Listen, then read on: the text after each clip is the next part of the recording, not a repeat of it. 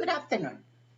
This is Catalina Garcia. I am greeting you from Grupo Educare. Normally this year, at this time of the year, we visit schools, we visit you in your city, we provide you with the training that you need. But because of the pandemic, we won't be able to do that this year. So right now we are greeting you. Let me turn this off. This time we're greeting you from home. Let me turn this down so that it doesn't bother us.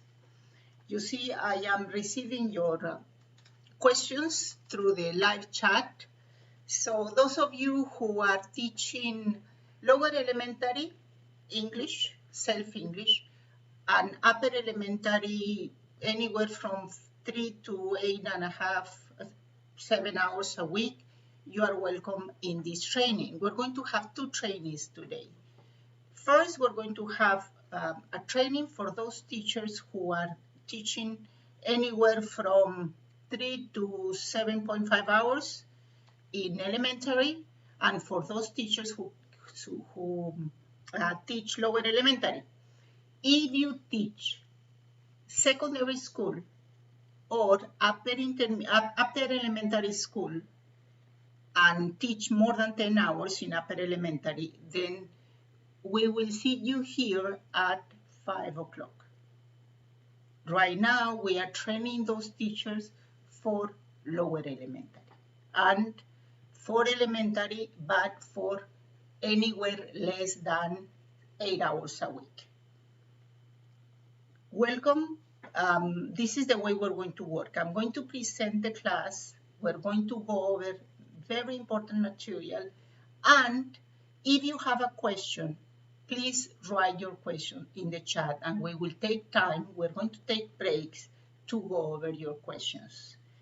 Let me switch screens and start with today's presentation. Welcome.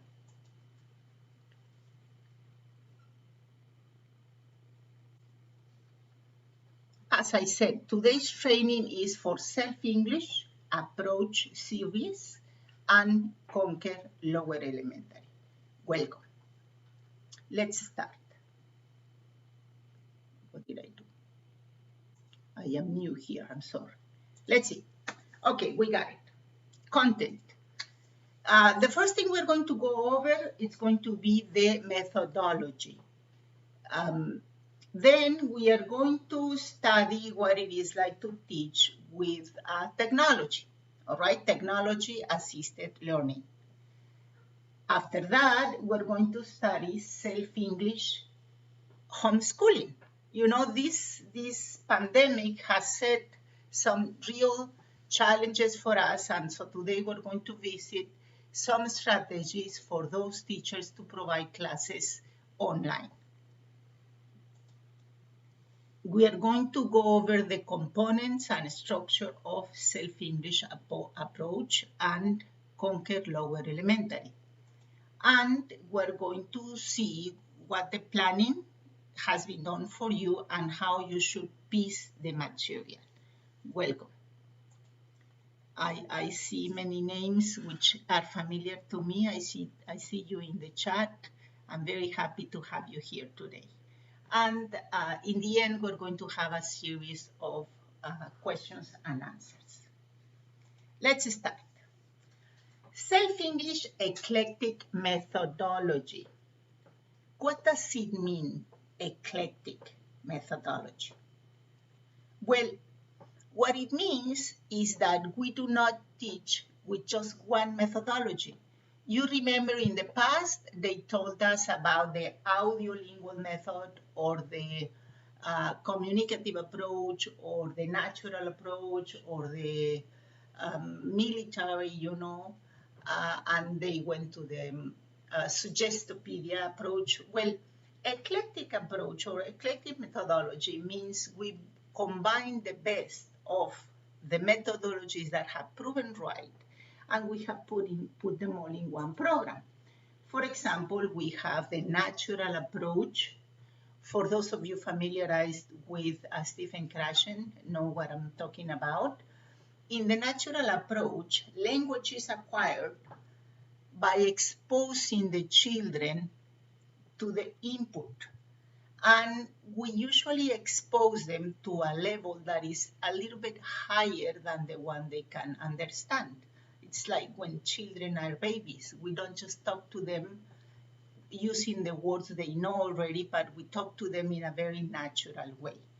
And then we have the competency-based learning.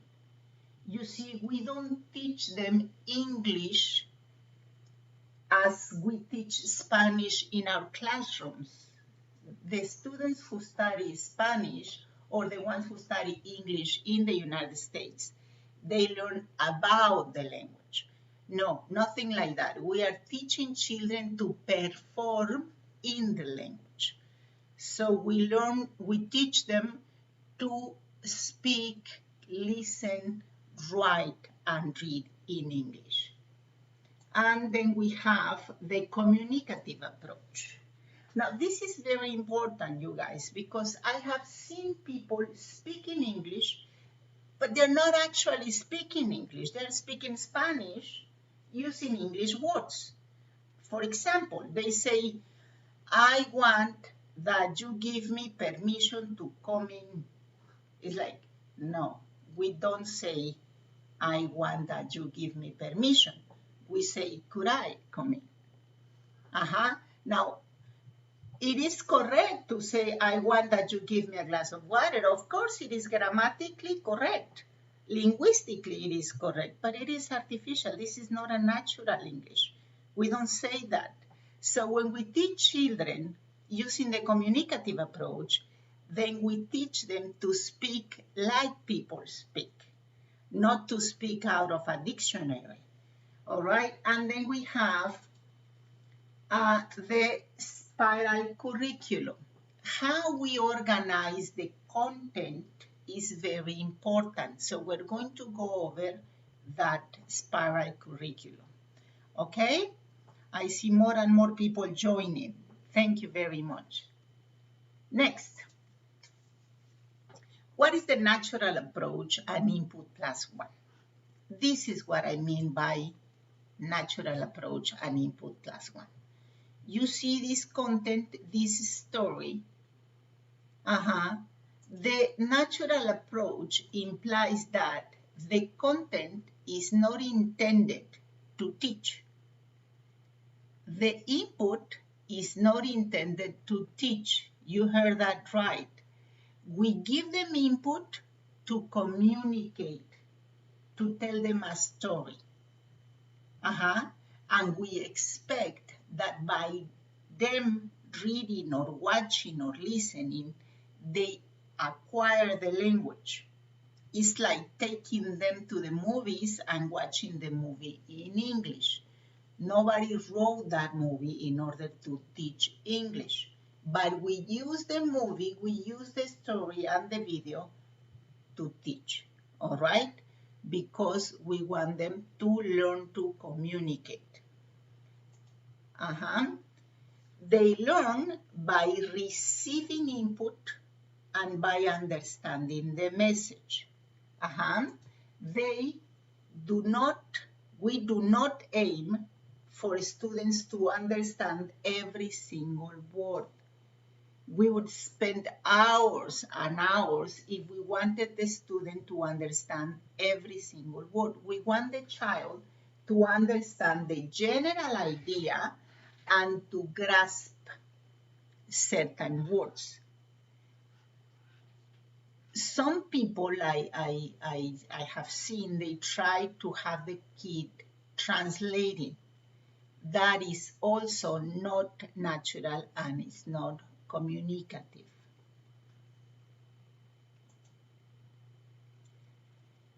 The input plus one, we have put it in our books, in the audios, the videos, the reading material. Yeah? So, for example, we have a reading material, we contextualize the kid, then we pre-teach vocabulary, and we set a target. This is how we intend to use the material to teach them English. We contextualize, we pre-teach vocabulary, and we set a target. Why? Because the material by itself, the intention is to communicate, to tell a story. We transform that material into a learning experience by following these steps.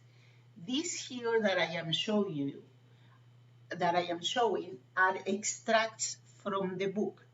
We will have a chance to visit the books, but right now I am giving you the methodology. And so to do this, I took out some extract from the lessons themselves. Okay?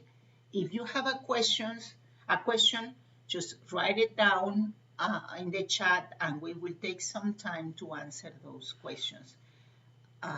I see many people signing up. I'm very happy to see you here. Thank you very much. Let's continue. The fourth step, when we give students input +1, is to actually give them the input. That means they read, they listen, and they watch. Let me go back a little bit. First, we contextualize, we pre-teach vocabulary, and we set a target. After that, we give them the input, we solve the target, and then we provide a couple of comprehension activities. The comprehension activities are interactive. Students solve and get immediate feedback. After this, then we go to a sixth step, which is the communicative follow-up. This is the part where students have to do something with what they got. They need to write, they need to speak, do some role play, etc.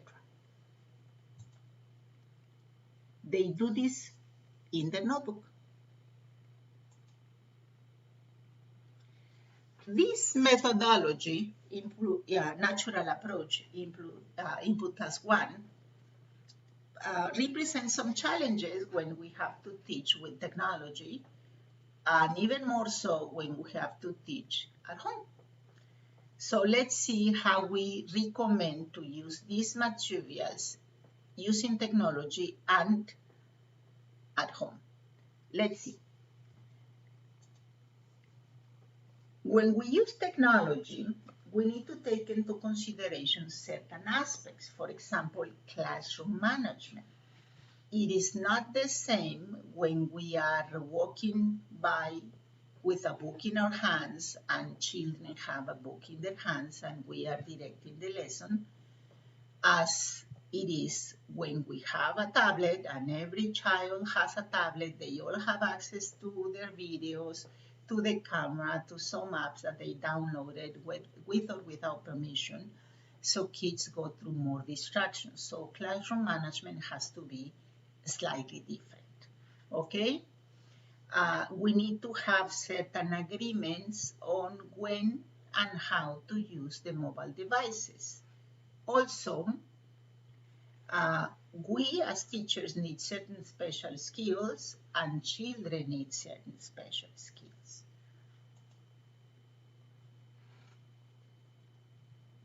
For this, I think that during the first days of classes, we should set some student-teacher agreements. For example, what is going to happen if the child does not bring his mobile device to class?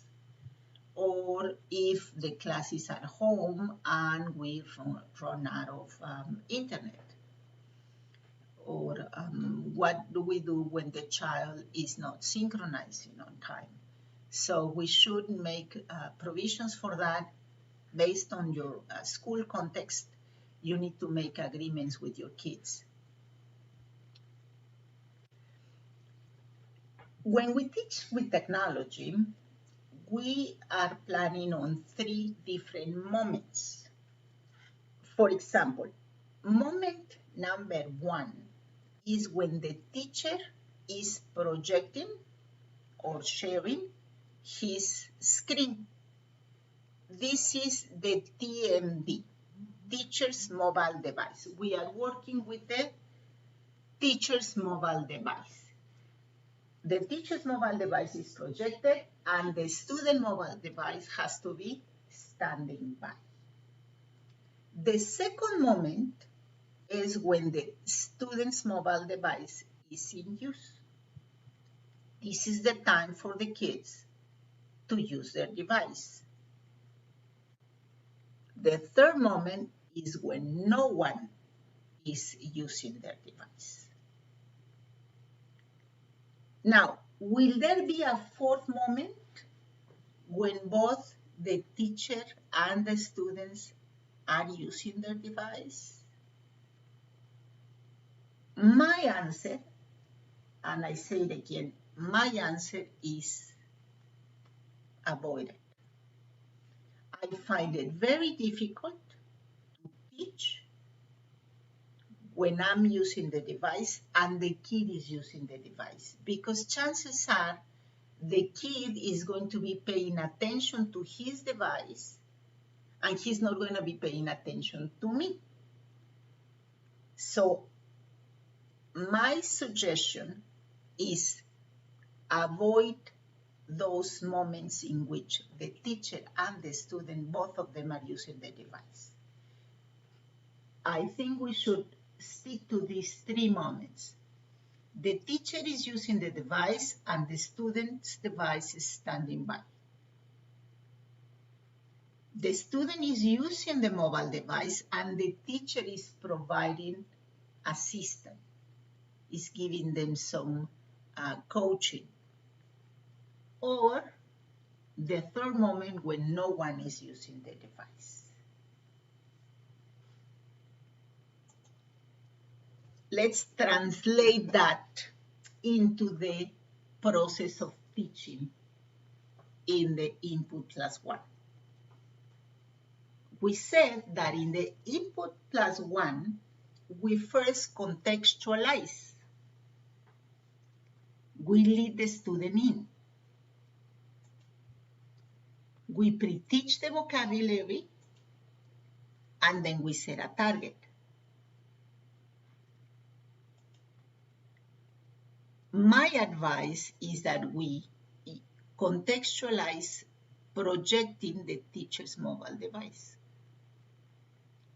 and that we pre-teach vocabulary from the teacher's mobile device.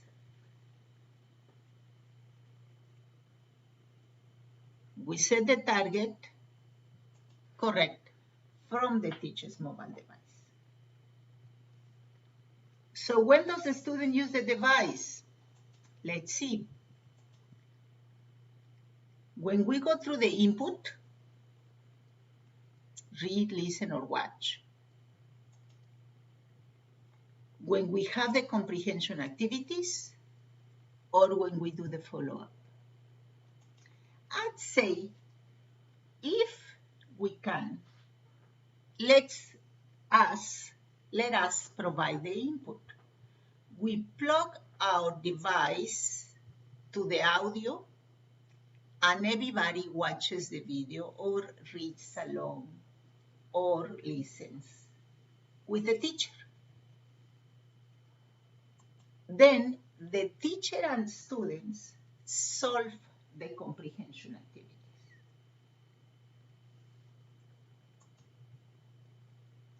However, after that, we leave the student with his tablet or iPad to listen, read, or watch on his own and to solve the activities on his own. This way, we first set the pace, we solve, and then the student is left to work on his own. This is how I suggest we work with the input plus one methodology. Then the follow-up, the teacher's mobile device is projected or shared, and the student's mobile device is off. We are working with the notebook.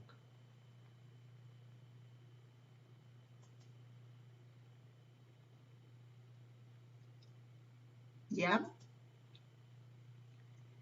Homeschooling challenges. How are we going to teach now that schools are not opening, or they are opening only for certain groups or a reduced number of students?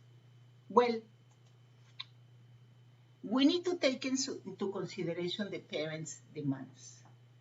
Some of you guys have told me in some of the classes that we've had that the parents want you to have a class every day with the kids. Why? Because if you assign homework or too much homework to them, parents are not able to help their kids in English. They don't have the time, and many times they don't have the knowledge. So parents want us to provide classes every single day, and that's something we need to keep in mind. Also, the school is expecting teachers to work a full schedule. So if you're going to work from home, I want you signed up every single hour of the day. So we need to take that into consideration as well. How about the kids' needs? If you want to share your views, go ahead and share them in the chat. I'd be very happy to share those with the group. But we need to take into consideration the students' need, the particularities of online teaching and learning, and the challenges that we face. So, this is my suggestion for homeschooling when it comes to input plus one.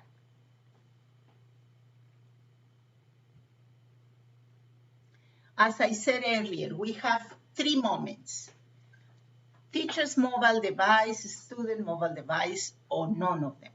Yeah?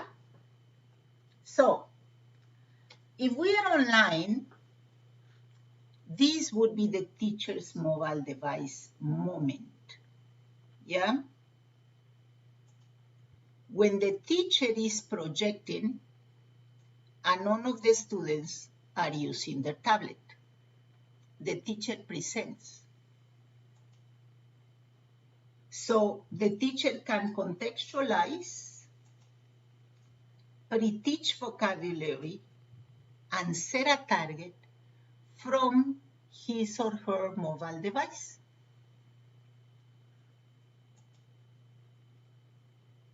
Then, when it comes to carrying out the exercises and working with the student's mobile device, then the students are using their mobile device and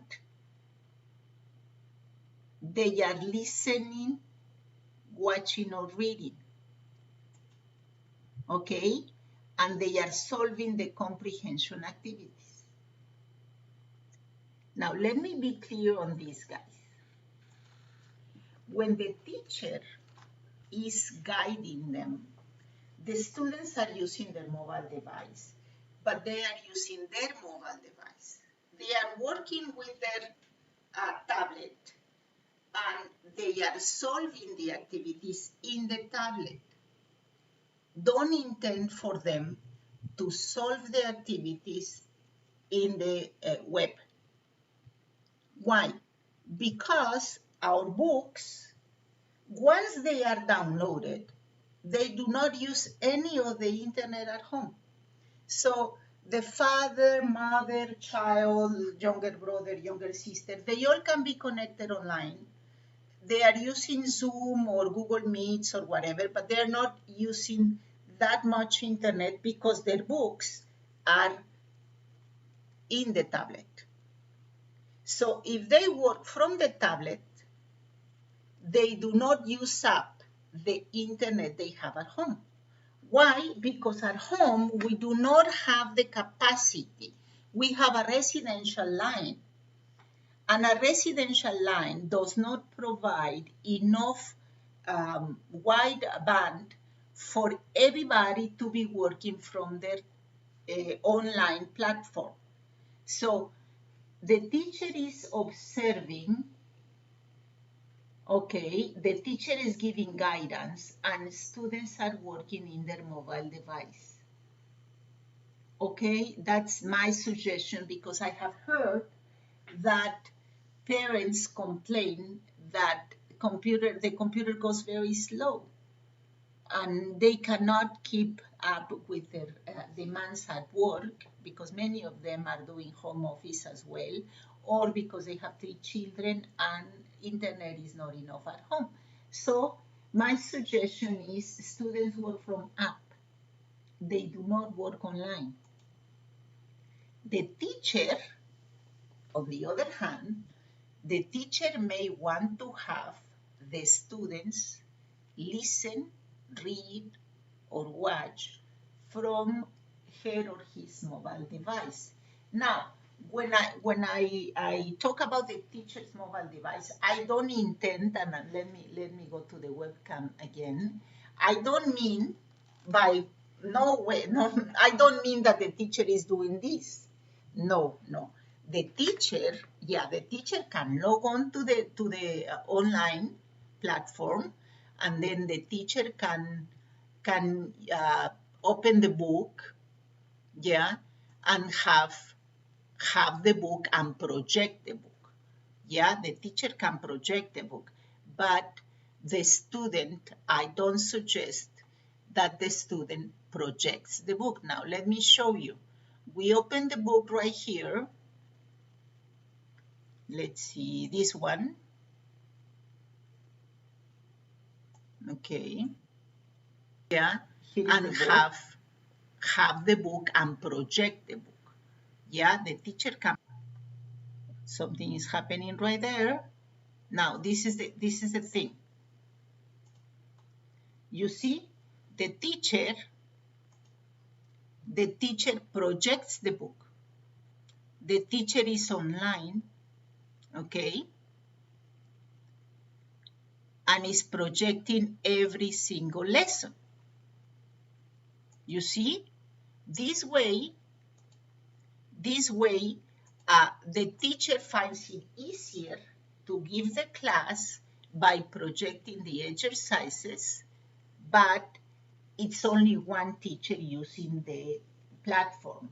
It's not everyone using the internet at home. Any questions, please feel free to share them in the live chat.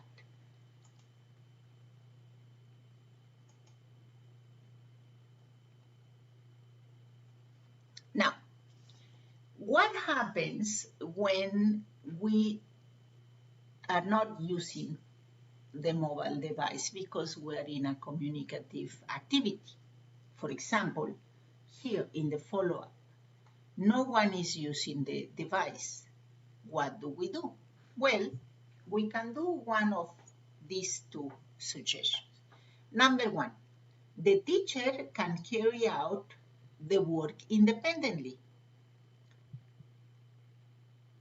They prepare evidences, they work on their own. Or the teacher can guide the kids. That means the online class remains open and the teacher invites students to work on their notebooks. Parents are going to love this because they do not have to sit next to the kid and explain to him or her what he has to do. The students can post their questions and the teacher guides the student into working with the follow-up activity in their notebooks.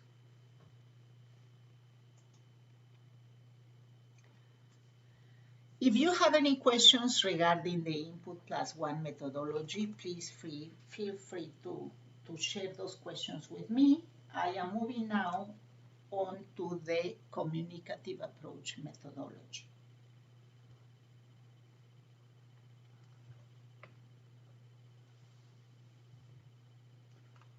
Okay, I have a question that says, what happens if the kids do not have a tablet? Adriana, that cannot be possible. Unless the kids are working at school in a package that we call language laboratory, where the school buys licenses and they have the classes in the computer lab, then the kid will not have a tablet. But in all other cases, the kid should have a tablet. This program, Self-English, is intended for offline mobile device use. It has to be a tablet or an iPad, but it is never a good idea for the kid to work online, because this is not the way we planned the program. The program was planned for kids to work offline. What can we do if the kid doesn't have a tablet? Then maybe we can provide the father with some lead time for him, or I said the father, I should have said the parent. We give the parents some time to get a mobile device, a tablet or an iPad.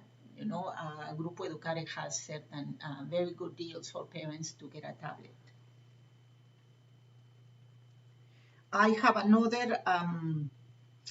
another question by Adriana herself. It says, should we follow the steps that you are mentioning also during our virtual lessons? Yes, as I just said, the way we work changes a little bit because we don't have the student in front of us, but we do carry out the same steps, and we do them through another means online. Okay, now let's see. As teachers, we can log into the web page to project it. Yes, I think that's a better idea. The way I did it just now, we log on to the book and we project it. The teacher, yes. Let me show it again. I use the books. Well, I have access to most of the books because I work for English First. I mean, for English First, for Self-English. But let me show you. I'm working with Gamma. Okay. You see, I am projecting. This, I move my device to put it in the students. And this same thing that I am showing you, but I am projecting it with my device. And then these are the activities for the vocabulary. I open the activities. I invite my students to participate. I said, okay, so what is sweep? Yeah, this is sweep. The one with the broom, yeah, thank you. Now, who is this? Can somebody tell me who this one is? And then I hear janitor. Janitor, okay, Pedrito. Pedrito, can you tell me what this image stands for? Teacher, that's mop. Okay, very good. Now, what is this one? Laurita, can you please tell me what this is? Yes, it's throwaway. Excellent. And then we solve the activity from the teacher's mobile device, and we all got a very good grade, okay, as I am projecting. No one should be using their device when I am projecting. Then we work in your notebook, and this is when everybody puts aside the mobile device and do the activity in the notebook. Yes, we should be working with a platform. I think it's better.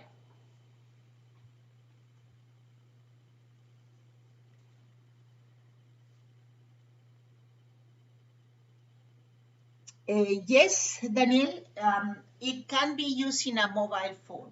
You download the app in a mobile phone. It cannot be iPhone. It has to be Android, and you can use it in the mobile phone. Yes, thank you. Okay, let's continue now with the communicative approach. Let's see. In the communicative approach, we give them the exposure to the language. We practice something called language awareness. We give them the input. The implications are that language learning comes through having to communicate real meaning. That's why we call it communicative approach. That's what I was telling you. This is not communicative. This is communicative. So when I hear somebody say, teacher, I have 3 years in Mexico, I can tell that the person is not communicative. The person is kind of working in his mind, trying to come up with the right words to say the right thing, but that's not a communicative English. That's a linguistic English. It's not a real English. Okay? How do we go with the communicative approach? Well, we have to contextualize and lead in as usual, as with everything. All right? Then, after we contextualize, we invite them to have some language awareness from the input. All right? Here, what are these words? We have something called grammar noticing. We want them to notice the language. Yeah, and so we carry out a control practice. After we carry out the control practice, then we ask them, okay, what do you notice? What are these words ending with ly? What is the function of these words? Have them tell us. And if they don't tell us or they tell us, then we present the language. We carry out a language presentation so that they can learn deductively. We go over a control practice, and then we go over a communicative practice. Now, how do we do that? How do we do that with technology? How do we carry out our teaching in the communicative approach when we use technology? Very simple. We have our 3 moments. This one is the teacher mobile device moment. The teacher projects either in Zoom or Google Meets online, or the teacher projects in the classroom using an overhead projector when we go back to school, right? Then the input and we also do it through the teacher's mobile device when the teacher is projected. The control practice can take place later on as the student revisits the language presentation and carries out the activities. Yeah? So again, the student, let me go back. Here, the student learns with the teacher and carries out the control practice with the teacher. And then here, the student practices in his or her mobile device. The communication. No one is using the mobile device, all right? However, the teacher can project the activity. For example, in this kind of activity, I would invite my kids to come up to the board and use a white erase marker to fill in the spaces. And then I would have them come and do some role play. But if I don't have access to my students because they are at home, then I have to do something different.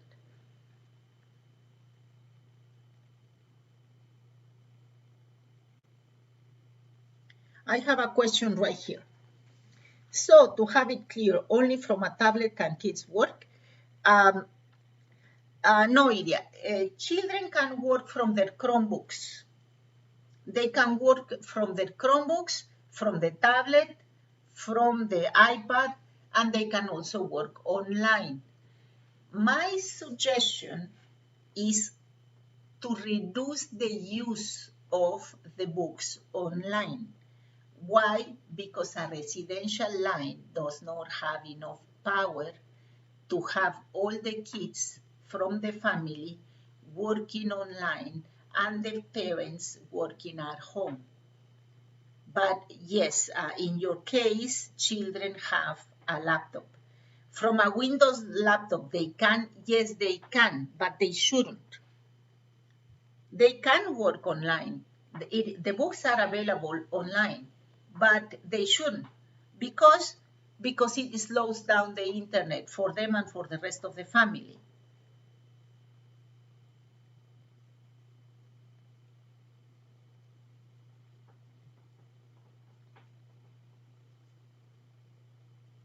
The flashcards for teachers, Pamela, are in the book.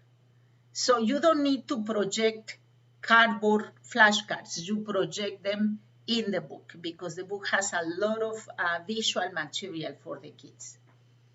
Let's continue. Okay, now home office, homeschooling, communicative in homeschooling. Let's see. I have two options for grammar work in the communicative approach. Option one is called engage, study, and activate, and that phrase does not come from.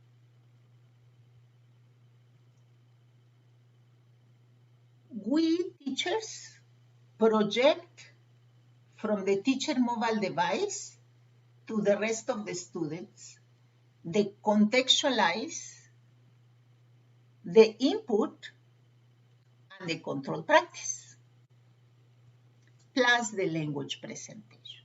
That's option one, engage, study, and activate, right?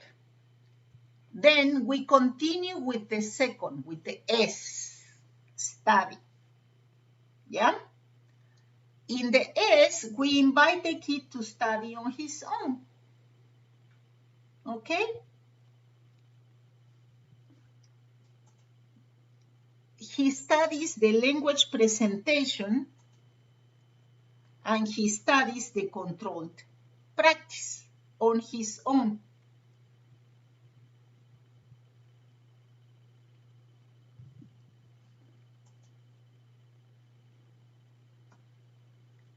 Then we have the section in the activate, the last part. Neither the teacher nor the students are using the device. The kids are working on their notebooks. And then you would say, okay, well, they are using their device, right? Because they have to see the activity somewhere. Correct, correct. They are looking at their device by solving the activity. But when I mean they are not working on their devices because they are not solving anything on their device, they are working in their notebooks. Yeah? Okay. Option 2, the flipped option. In the flipped option, we don't go engage, study, and activate. They study first. So in the flipped option, we invite the kid to first study independently. He will study the lead-in, he will study the input, he would study the control practice and the language presentation on his own. And then they meet with the teacher and they go back to the language presentation just to make sure we understood. And we go over the control practice. Students bring in questions, all right? They do some learning with peers. They solve questions because now they have studied before, so they take turns to solve questions. Again, my advice is the students work from the app and not online. They can later on, when not everybody at home is using the internet, they can synchronize at a later time, yes. Okay, the stage 3 with the flip, which is the communicative section, then the teacher can project the activity. None of the children use their device, they are all working in their notebooks, and they solve the activities. The teacher projects, and the students solve. They can exchange ideas, etc. Our books are in a competency-based learning because we provide them with all the tools to work their speaking, their writing, listening, and reading. Somebody here has been asking me for flashcards because our children are visual. So for most of these activities, we provide them with some visual aid before they actually get into the activity. For example, we give them 2 pictures and we say, okay, look at them, decide if you would like to have this room or that room, okay? Now, this thing that I showed you about the flip methodology, this one, when is it appropriate to have a flip methodology? From which grade? I think that from 3rd grade and up, you could have a flip methodology. 1st and 2nd graders, they may need a little bit more input, and then you need some support from parents when the kids are at home. You can try with your kids, but I think the best is to have this flip methodology with children from 3rd grade and up.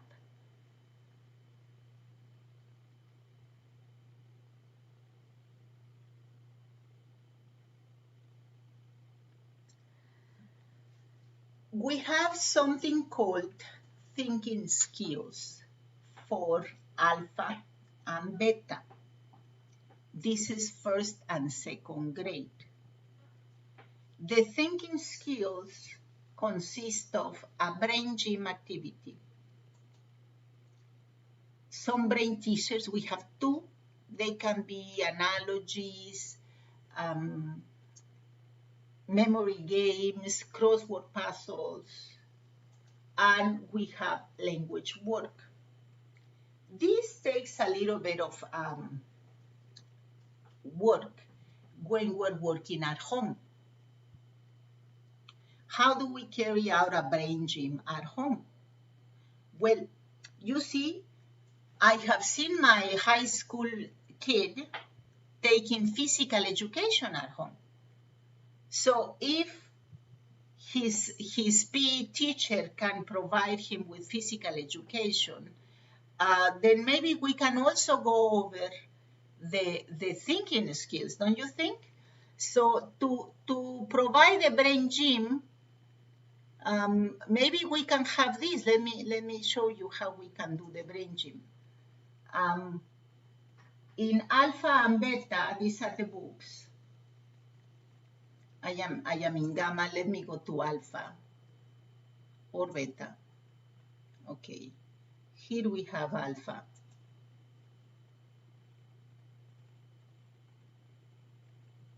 You see, it is slow.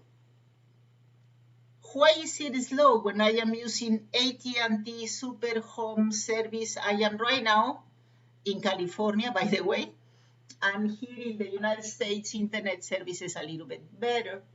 But even so, you notice how it works slow. Why? Because I have a YouTube studio stream, and I have a book, and the books are heavy.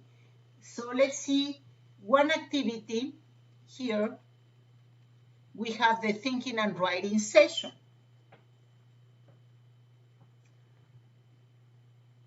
Here we have brain gym. These are the instructions for brain gym.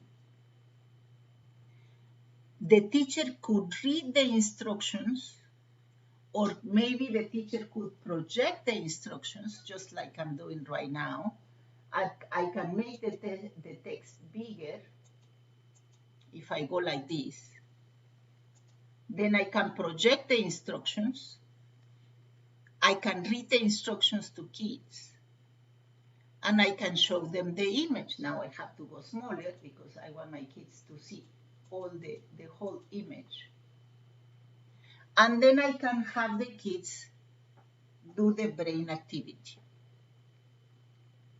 at home. Because these activities are for first and second graders, then you can reach an agreement with parents for them to do the brain activity along with the whole family, along with the kids. These activities are very good for kids. So we can do this. We can also solve the activities. We can solve the activities with the kids, and we can lead the kids in the language work. Everything projected. We could do that. Now, you teachers have access to your guide. And in your guide, I am giving you, all right, some instructions. Student mobile device and teacher mobile device are off. What I mean by off is nobody's using it, all right? You carry out the brain exercise, the brain gym exercise. So you can check the instructions that we have provided for you here. This is something we did for you. And you can do the brain gym and the whole activities on Wednesday. You could do them at home. You could do them when the kids are at home. It's not the best, but you know, with all the inconvenience that we are facing, this is a good alternative. Also, the kids in Alpha and Beta have some motor skills, all right? Motor skills and listening, which is drawing, okay? We have a drawing activity, and my suggestion is you also do it projecting the activity. You can project the activity, and then you can have the kids draw, and then maybe you invite them to share their drawing with the class, give it a name, all right? So these motor skills activities, my suggestion is you do it with them, you project, okay? Why? Because if they do it in their own mobile device, then there'll be no one to stop the video. But you can try. For example, if we have this, let me show you here. On Thursday we have the drawing session. You can warm up, or they see the introduction, and then they play the video. Hello, and welcome to our step-by-step drawing lesson for self-English.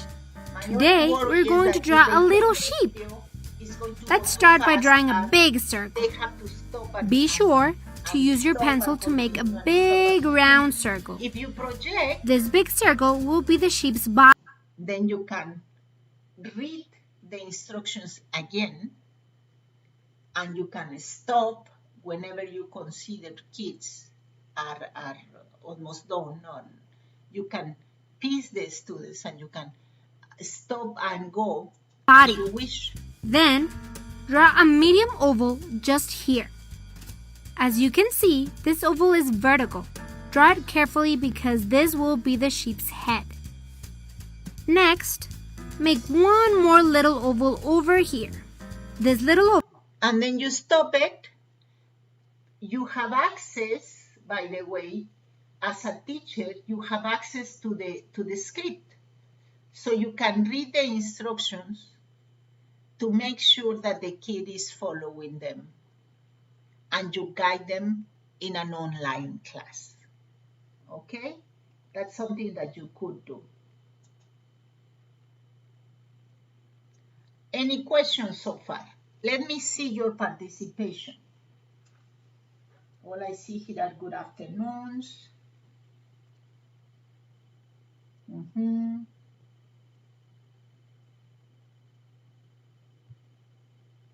Yeah.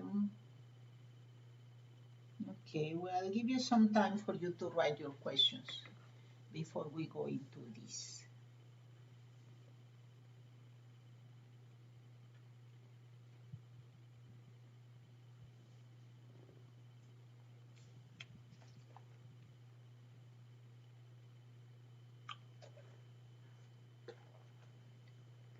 Let's see.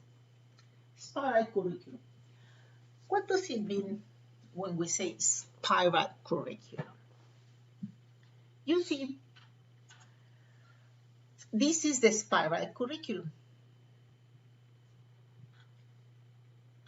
We begin with let me see, go back, se movió. Okay. In the spiral curriculum, we start with basic context and with basic difficulty. Everything is basic in the spiral curriculum. So kids move from dog, cat, mouse, all the way to shark, whale, stingray. They start with I am, you are, all the way to third condition. But as they move from the basic to the new content, they go through revisions and to revision. So it's a circular curriculum. You can see that in third grade, kids are going over the different forms of being present. And then when you are in sixth grade, kids still continue to see some different forms of being present. Why? Because in sixth grade, students are going over passive voice. And in passive voice, we do use the form of be. Which form of be, depending on the passive voice. If it is present, then coffee is made. If it is present perfect, then coffee has been made. All right, and if it is future perfect, this coffee will have been made, but still is the form of be. So before I teach them passive voice, I want to go over the different forms of verb be. That's why we use the spiral curriculum.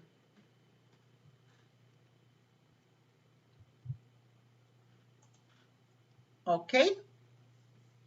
How do we plan and organize? How fast do we move into the curriculum? Here is a suggestion. We have 6 batches per level.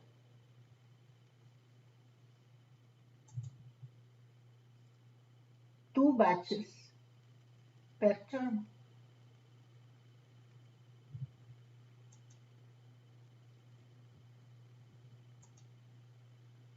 If we open one batch, we're going to find 6 units. In batch 1, 3, and 5, we have 6 units.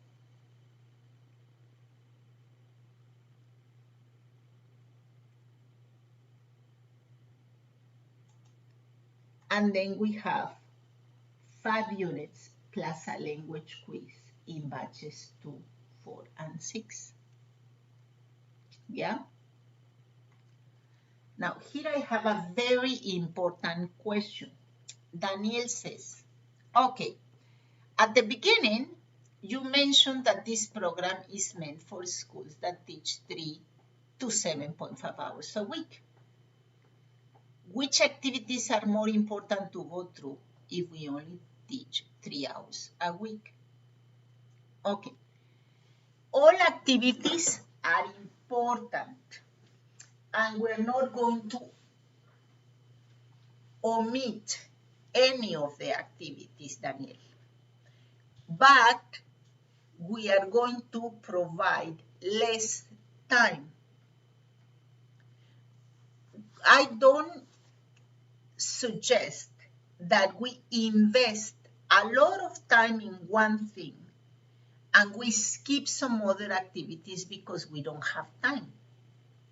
No, it is far better, it is far more convenient to see everything in with less time than to invest all the 3 hours in one thing. You see, it's like going to a buffet. You have the salad, the main dish, dessert, water, coffee, and 3 dishes to choose from. I want you to try a little bit of everything, not just one thing.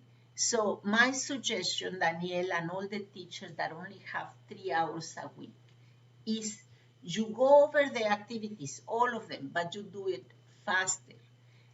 Yes, students are going to miss on practice a little bit, or they are going to miss on a little bit of more conversation with peers.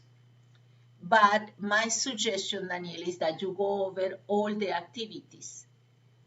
So let me show you. These are 5 sessions. I say you invest 1 to 1.5 hours in every session. If you invest 1 hour, then you have 5 hours a week, 5 sessions. If you invest 1.5 hours, then you have 7.5 hours a week. But if you only have 3 hours, I think what we could do is invest less time in this activity and in this activity. You do the thinking and writing along with the drawing in one lesson, right? And you do the tale and the activity in a second lesson. So you have 1, 2, and 3. For those of you who only have 3 hours, but do not skip any lesson. Don't just say, okay, so I'll do this, this, and this, and I'm going to skip this and this. No, I think what you should do is you do all of them, but with less time. How can you do it with less time? Well, for example, in the drawing lesson, if you have 1.5 hours, then you can spend a little bit more time.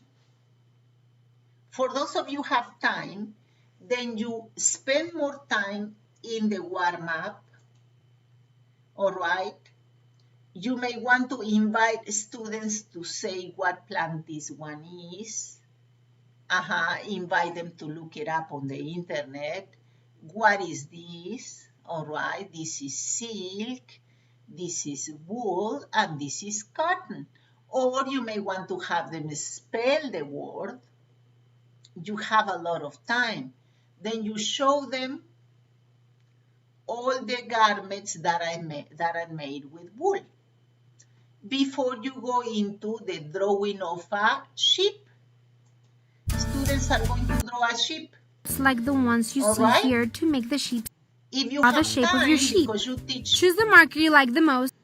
2 hours, then you can have all of these, and then this activity, which is a review activity for the vocabulary learned during the week, then you can do it in pairs, then you can repeat it, because you see this is also a listening practice. Hat. All right?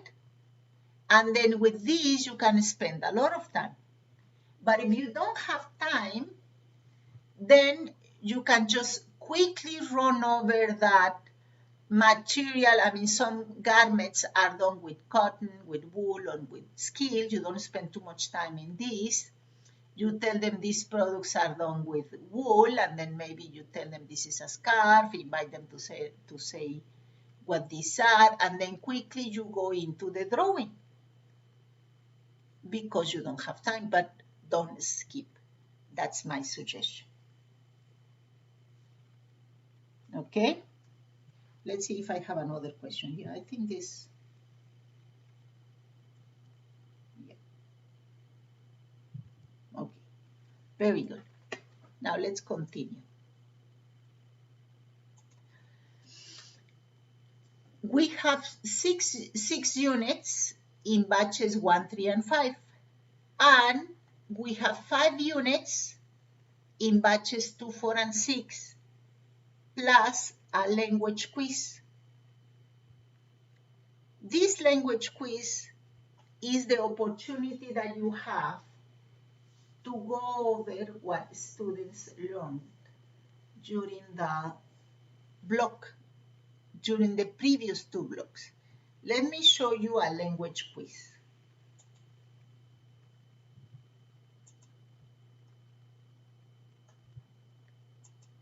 I am in batch 2, so I'm going to find a language quiz in batch 2. I open batch 2, and here is the language quiz.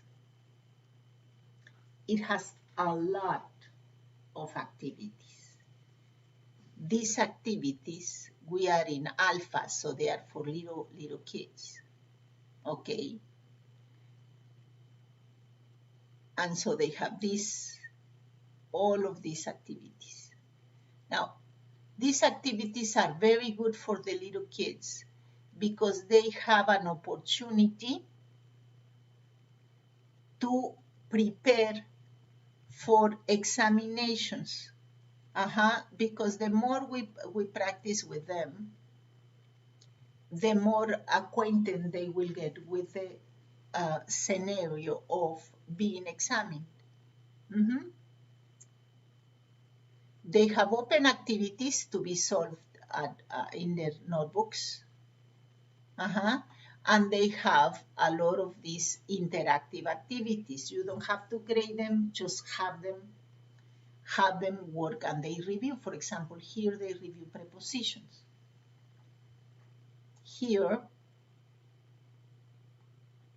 all right, this is a vocabulary activity.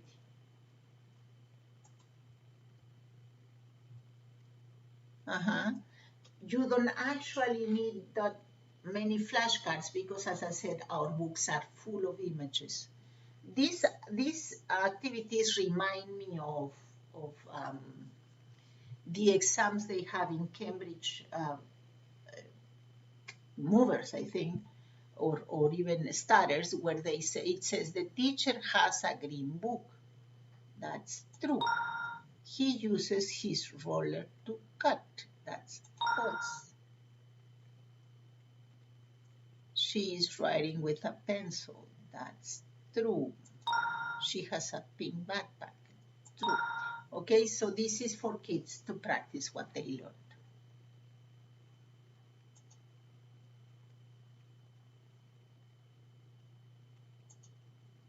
Next.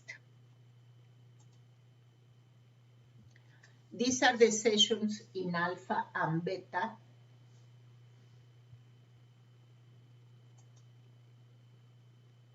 These are the sessions in gamma. Notice how different they are. In alpha and beta, we have video, reading, thinking skills, drawing, and activity book. In gamma, which is 3rd grade, we don't have thinking and writing, and we don't have drawing.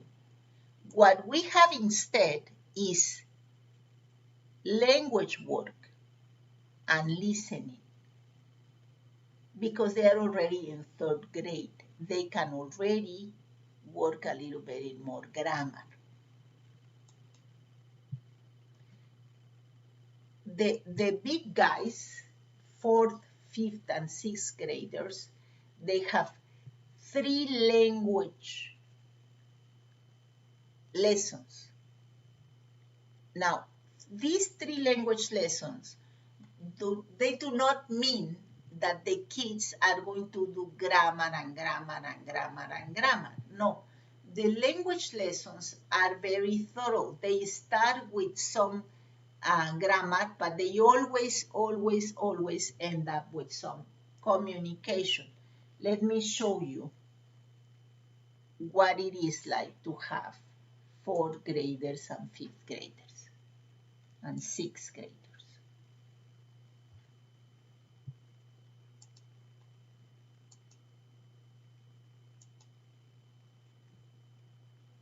This is approach Gamma. Let me show you Gamma, which is 3rd grade. This is a typical unit in Gamma. Look how we handle language work.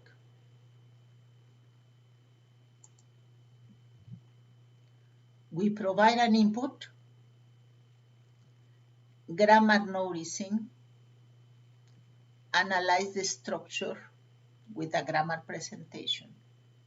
And then we have 3 activities that the teacher carries out with the help of students. All right.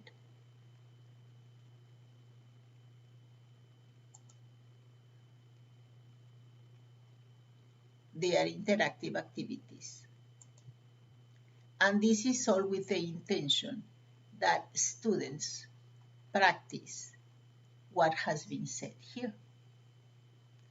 But then after that, we have an oral and written practice, okay?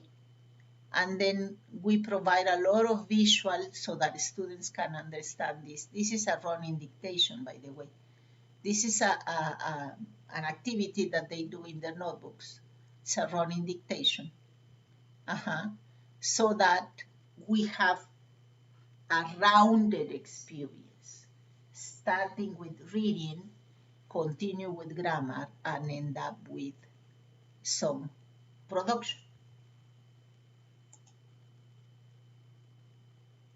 The reading and writing is like I said to you. We lead in and we pre-teach vocabulary. Yeah. And then after we pre-teach vocabulary, we do some activity with vocabulary. We go through the input experience and we read A Visit to the Dentist. Here you can see how the vocabulary words are highlighted so that students can easily relate the new vocabulary with the reading experience. Okay, and then we have the writing section where students practice and learn and practice and learn how to write. Okay, and that's it. That's for the reading. The listening section. Okay. Notice how kids do not have access to the script. We want them to really make an effort to listen and understand. We suggest kids listen as they solve activities when they are working on their own. Okay. But the teacher has access to the script, so the teacher can go over with the kids using the script. Now remember that 1st, 2nd, and 3rd graders, Alpha, Beta, and Gamma, have an activity book. So on Friday, we have work on an activity book. How can you work on the activity book when you are working online.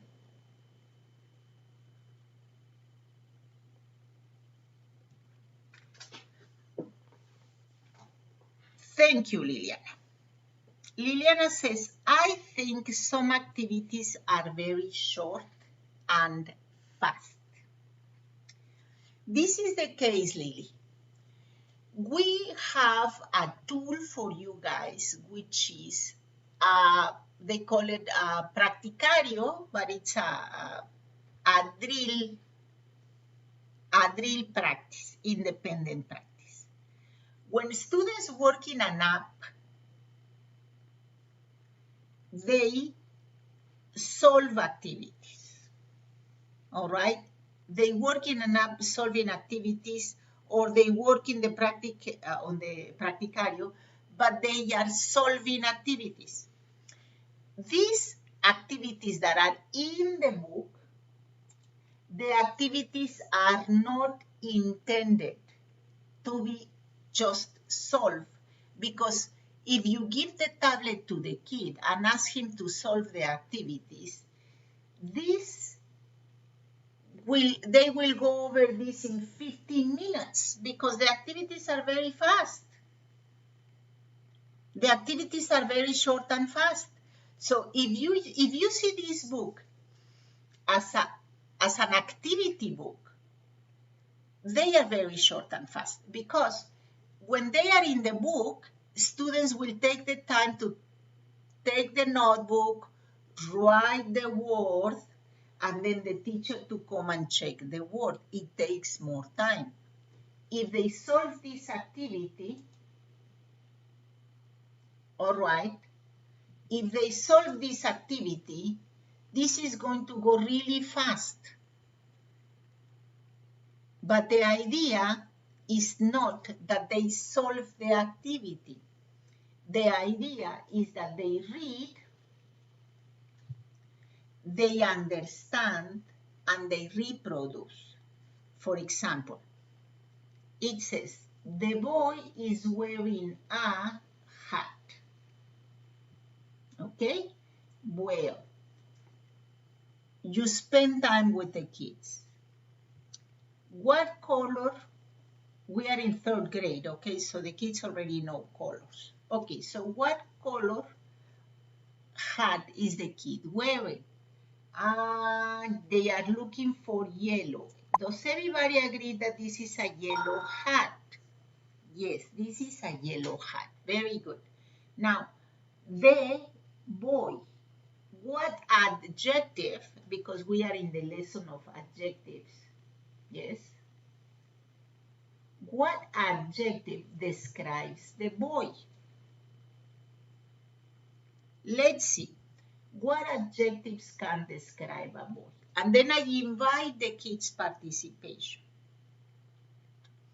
The short, the young, the little boy, okay? Who can describe this kid? And then you elicit the students' participation to describe the kid. Let's see, the old boy, no, the old boy, no. Okay, so maybe it is the little boy. All right, yes, the little boy. Very good.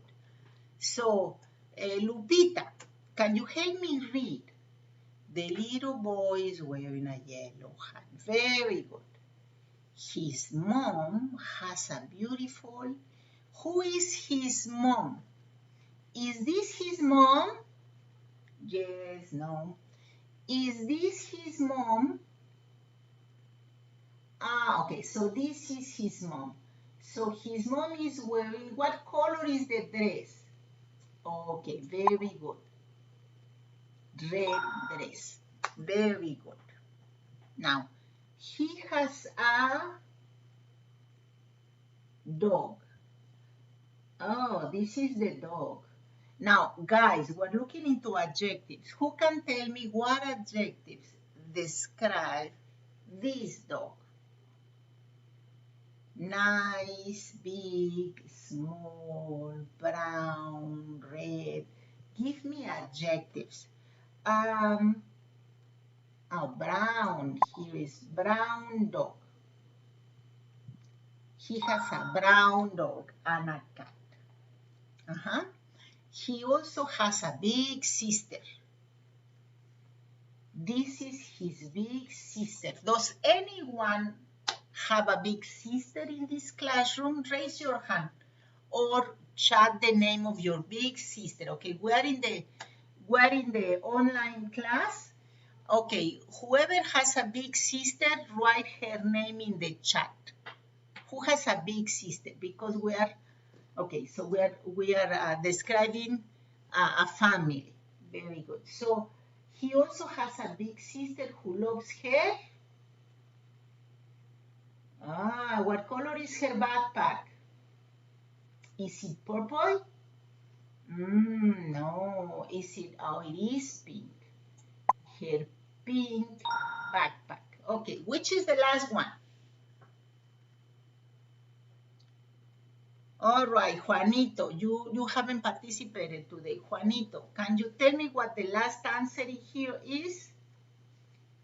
Because pink is her grandma's. Very good, favorite color. What do you think? Yes? Anyone has a different idea? Do you think we can say her grandma's purple color? Or her grandma's old color? Okay. So, as you can see, the activity, if we take it as an activity, then it is really fast. I share your opinion, Lily. It is really fast. But it is a learning experience. That's why it is important that we carry out the activity with the kids to make it a learning experience. If we do not do this that I just did, and we just hand in the tablet to the kid is going to finish in no time. He's going to do it really fast. He's going to just guess and learn by guessing. He's not even observing. He's just guessing. We don't want that. And I can guarantee you will see that very often, that many of your kids will only be guessing. They will spend their time guessing. Thank you, Lily, for your participation. Questions. Fernanda says, are there listening activities in Delta, Epsilon, and Theta? Yes. Carola, she says, when are we going to be able to start checking the material? The material is published. Carola, ask your distributor to give you your access codes, and you can start using it right away. The material is already there. Now, let's go over Delta, Epsilon, and Theta, okay?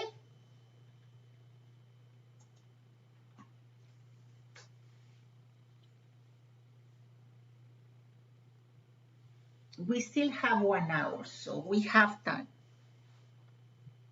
It's 4 o'clock your time, right? Very good. Let's see.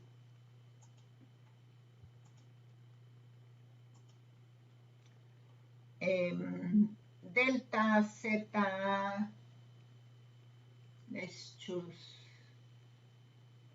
that's dominate, approach Epsilon. Approach Epsilon.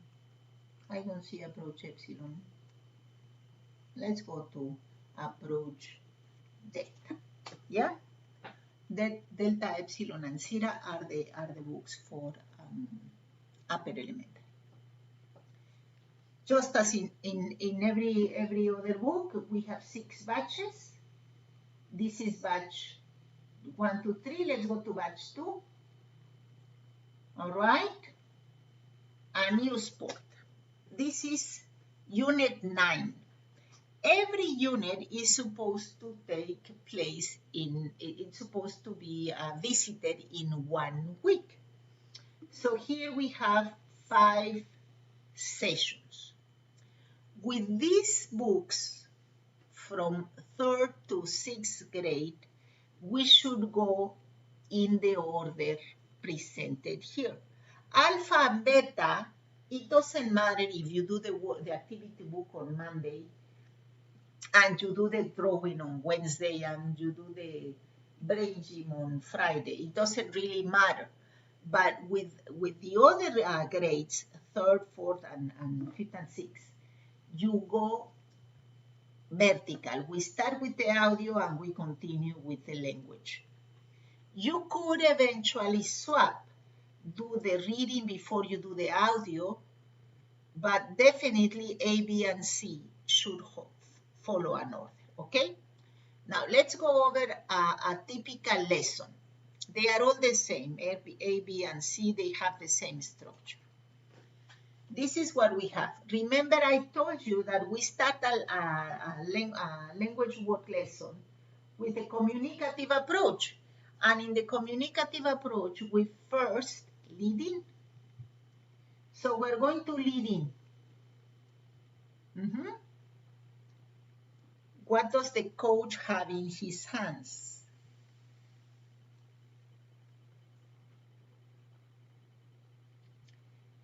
Thank you, Raul. We're going to go over exams in a while. We lead in, and then we have an input practice. Here is the listening, and this is the listening script. Okay? So we listen. Hi, I'm Gustavo, and I like to play soccer. I'm very good at it because I can run fast. My dad says it runs in the family. When he was a kid...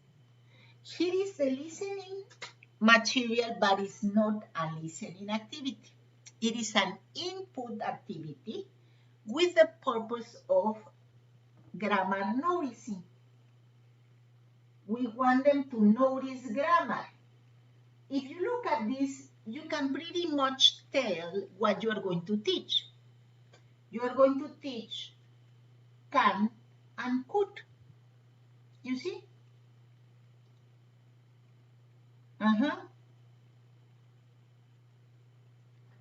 Before you teach can and could, we go over an activity, a grammar noticing activity. That's why it is important that they carry out the activities with the teacher first, so that the activity turns into a very nice learning experience. After the activity,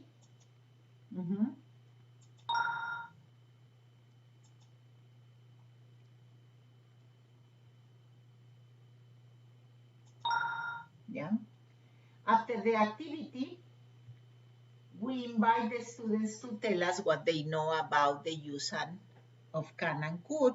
How do they express abilities? We go to the grammar presentation, more and more and more activities, yes, and then we go to the communication.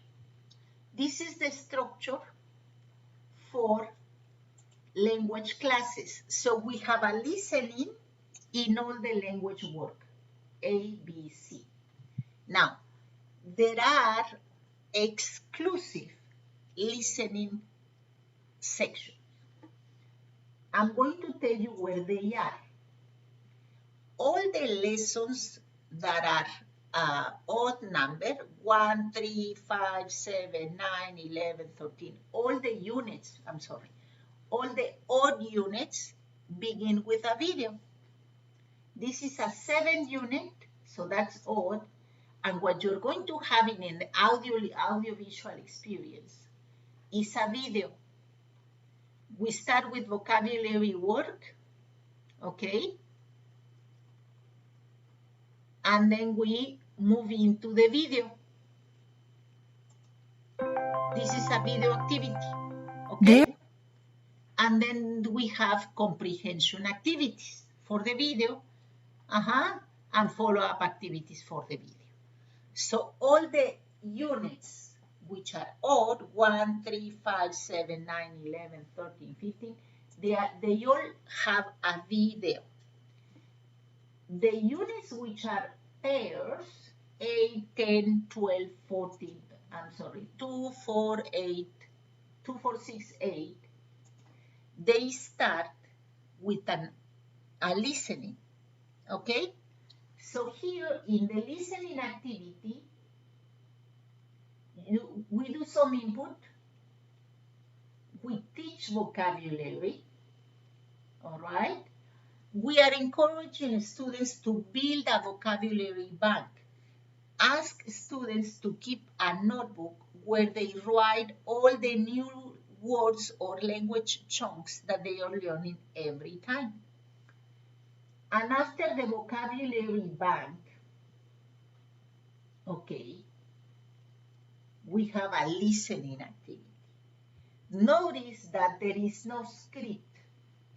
Students have to listen and solve the listening comprehension activities.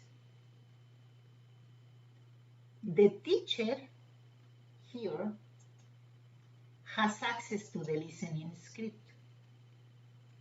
The student doesn't have access to the listening script because we want them to practice listening and to be able to listen and find the answer to some questions.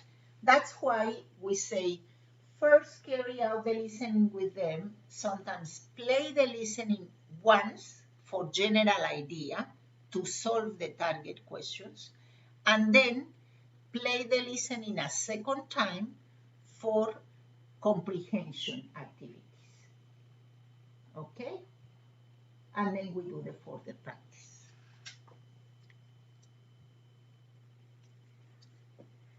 How are we going to grade them?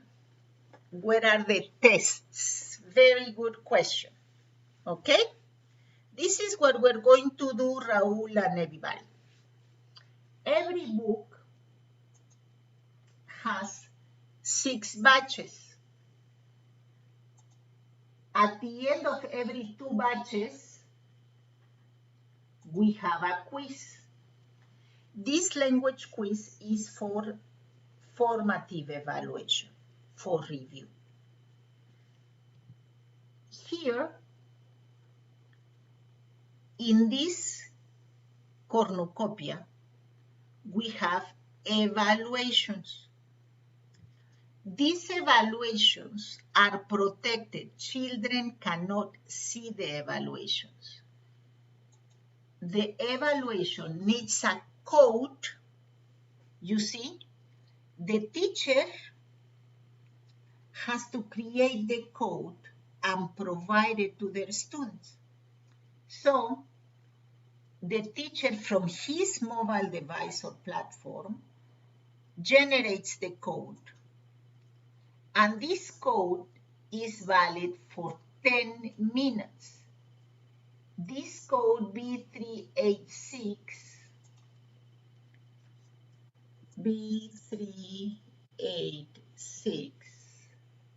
A6, oh, 67315. 7315.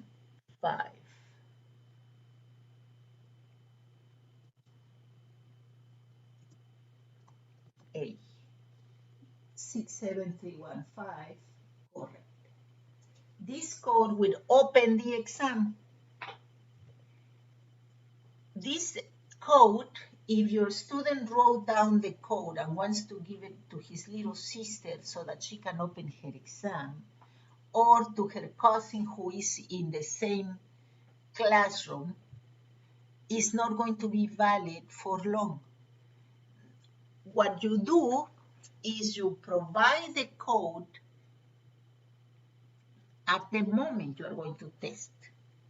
They all write the same code, they open their exam, and then the code is no longer valid for other students to open the exam. No.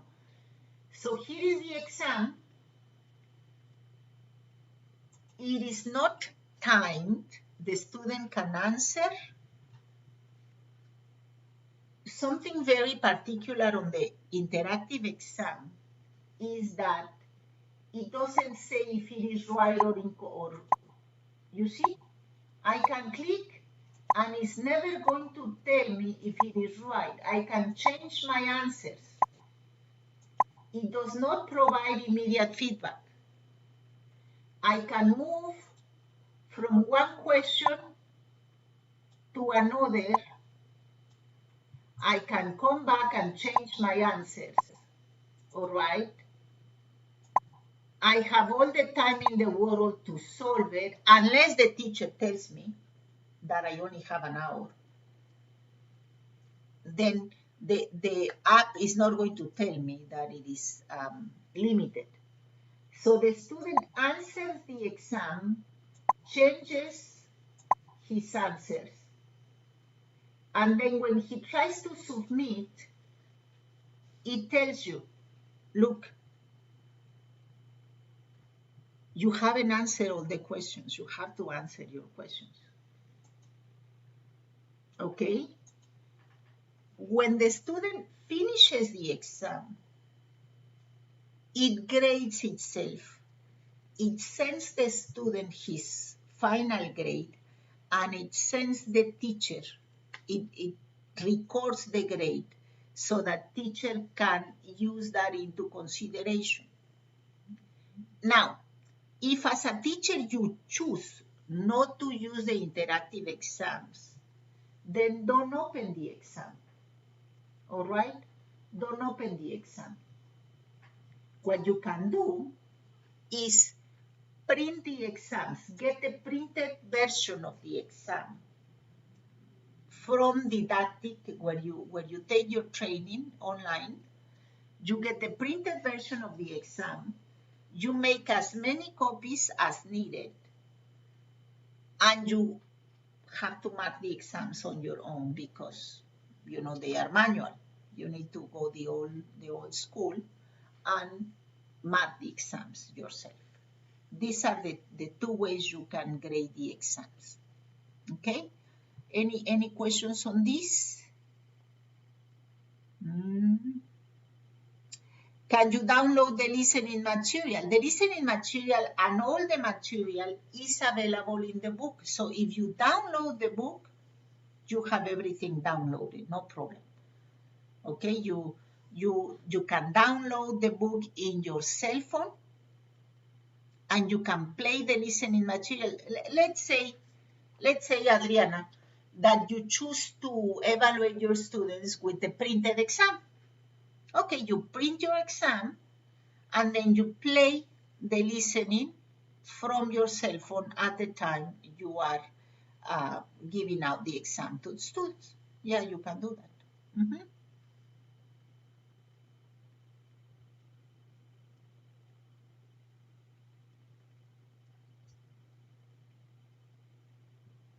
Okay, there you go. Let's see, let's continue.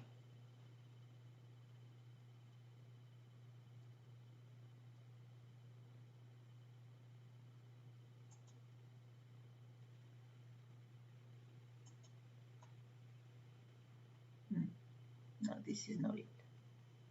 I need to go back to, oh, there you go. So this is the delta, epsilon, and zeta. Okay? As I was telling you, in all levels, you have a teaching guide. You teachers can check the guide every time by moving, okay, from student's version, okay, you can move from student version to teacher's version. So here you have the instructions for the student, for the teacher, and then you move to project to students, all right? And you have the study guide here, okay? Another question, you say, okay, do you have the syllabus? Yes, we have the syllabus right here. The syllabus and the vocabulary. The syllabus is for you to know what comes in each book. This book is for 4th grade, so here you can tell what you have, the functions, the grammar, the vocabulary, and the skills that you are going to go. This will help you with your planning. Okay, this is your syllabus. You can have access to this syllabus from the English, the Self-English web page. You can download the syllabus in PD format, in Acrobat format. Okay, now the vocabulary. You see here in the cornucopia, this is where you can access the material. Here is the vocabulary. Okay, let me close the syllabus. Now I have too many windows. Let me go back. Cornucopia, extras, vocabulary. There is the vocabulary, right? Here are the 33 units. You click on the unit, and there you have the vocabulary.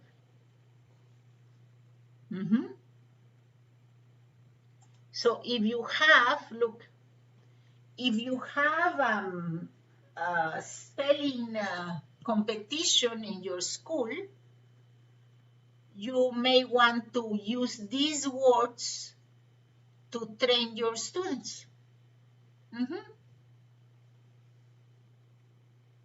You use this as the vocabulary bank for your spelling competition.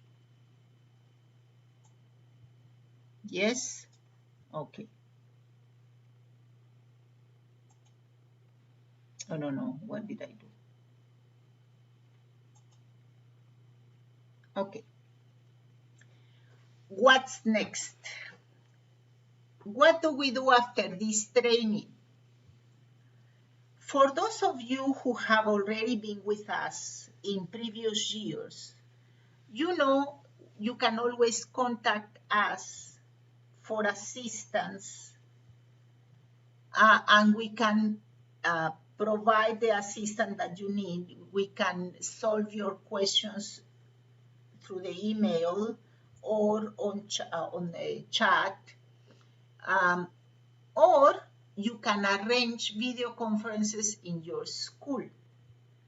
It is very common that in September, October, some teachers change schools, and so the teachers who are present today in the training may not be working in the school in October, and so you need to train the new teacher. Well, contact us and we can arrange video conferences to train your new teachers. Or there are some of you here today that took the training for the first time and you have a lot of questions. Then my suggestion is you revisit this video in YouTube, go over what we talked about here, and if you still have some questions, give us a call, give us a call or send us a message. You are going to have tutoring all throughout the year. We're going to be contacting you by mail to provide you with tutoring, and there you can answer and pose your questions or your needs, and we will always be willing to help you.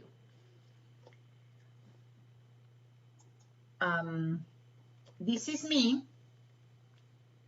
So if you want to send me an email, go ahead. If you have more questions, go ahead. Let me just go over the questions and see if I'm not missing anything.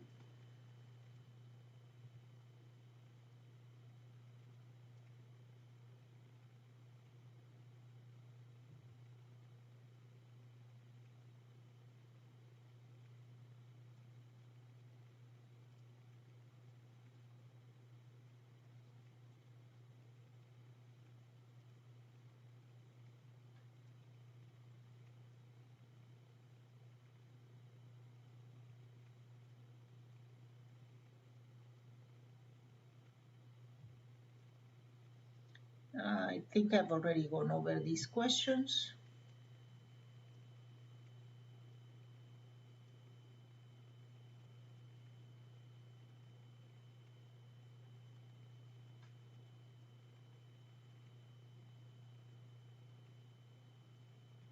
Speaking activities.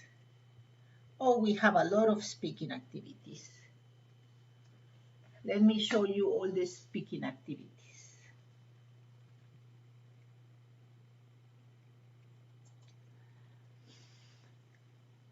In the weekly program, we do not have something called speaking activities.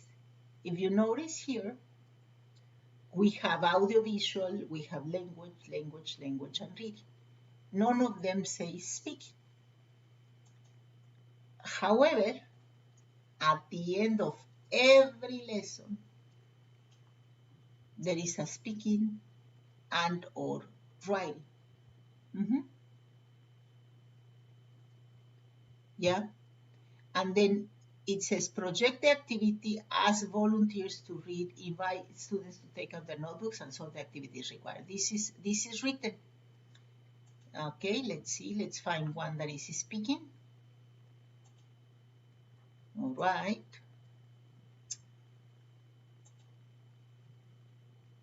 Let's see. This is the written one. Yeah, this is writing. In pairs, find some information, describe it to the group. Okay, this is written, but it is speaking, you see? Find some information about a fair, parade, or festival in your town or city. Describe it to the group. In your description, include the following. So they write it, they rehearse it, and they present it to the group. Yes? Then, this is in the video, okay. Now let's continue with the language. Okay, I was here, I think. Well, I wasn't there, but I'm just going over the lessons. In the last part, you will always find the communicative activity. This is a writing and oral practice. And so on and so forth. Every unit, every lesson ends up with a speaking or writing activity or both.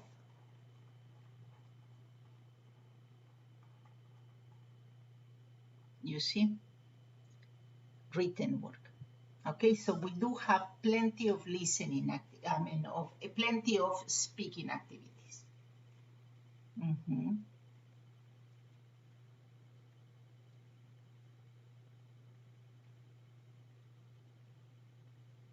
Yeah.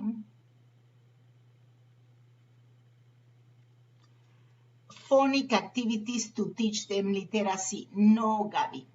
No, we do not teach children literacy. We teach them a lot of vocabulary, and we do teach them vowels, consonants, and numbers. But as far as how to read in English for little ones who are learning to write and read, we don't. We don't teach them literacy.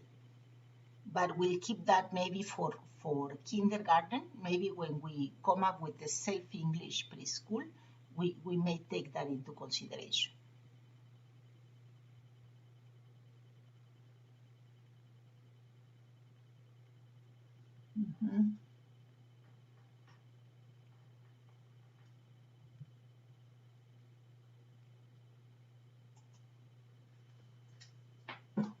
See, I'm just reading your comments right here, just to make sure I'm not missing anything before we go, okay?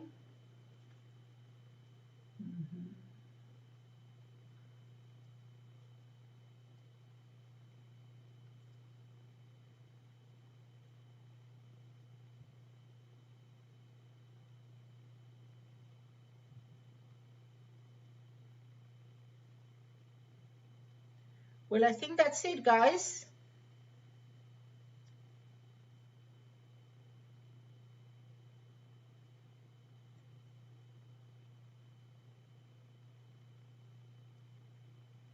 Okay, Fernanda, she says that they have already checked our Nimbus and they only have the books from last year. Fernanda, I think you should contact your distributor and so that we make sure that I think the way it works is that he asks for your books. And then if you are coming from last year, then in that same user, you would have access to your new books. So contact your distributor and then he will tell you because the books should be up already. Are there any special activities for holidays? We do have a lot. We have included a lot of Christmas, Halloween, Children's Day. We even have units with Children's Day. Why don't you go to the syllabus and then you can find, because obviously if it is Halloween in November, at the end of October, and we put the Halloween in this 5th batch in May, you don't want to celebrate Halloween in May. So go to the syllabus and then maybe you can move and take advantage of the date to contextualize better, but you can find that in the syllabus. We do have a lot of activities for that.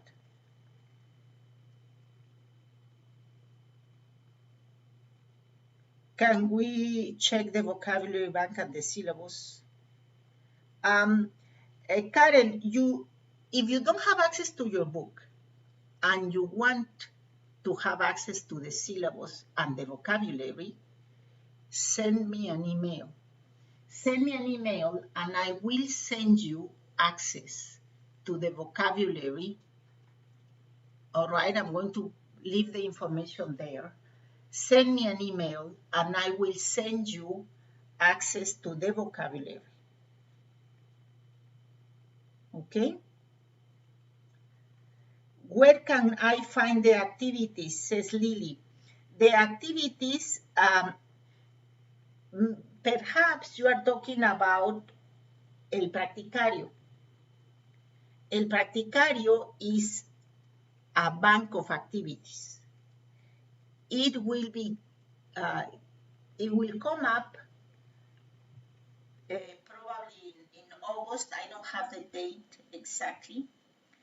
And your children and you will have access to that, which is a bank of activities. It's going to be very useful because if your kids need to practice vocabulary, you can just send them to that particular vocabulary. For example, you are going to have a video about farm animals and you want your kids to become familiar with animals in a farm. So you want them to study the animals in the farm beforehand, or you want to start your class with the animals in the farm. Then you can have access to that drill engine, independent, we call it independent practice, and you can teach the farm animals before you actually show the video where they visit a farm. I don't know exactly when you can get it, but you will be able to download it in your tablet very soon, okay? You're welcome. You're welcome, everybody. Now, at 5 o'clock, actually not, it was at 5 or at 5:30, I'm not sure. I'll check on the agenda. You are going to have the second part of this program. The second part of this program is for those teachers who have secondary school students. You're welcome, Kathy. So at 5 o'clock, we are going to start with the secondary school program. Okay? I'm going to check with Gabby if she wants us to start ahead of time. Okay? Hi there, Henry. 5:30. 5:30 upper elementary and secondary. So I'll see you back here at 5:30 for upper elementary and secondary. I'm going to leave the screen.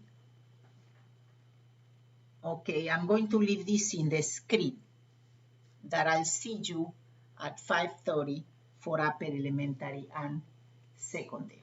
Okay, thank you. Now I have this one, and I'm going to put a banner on this.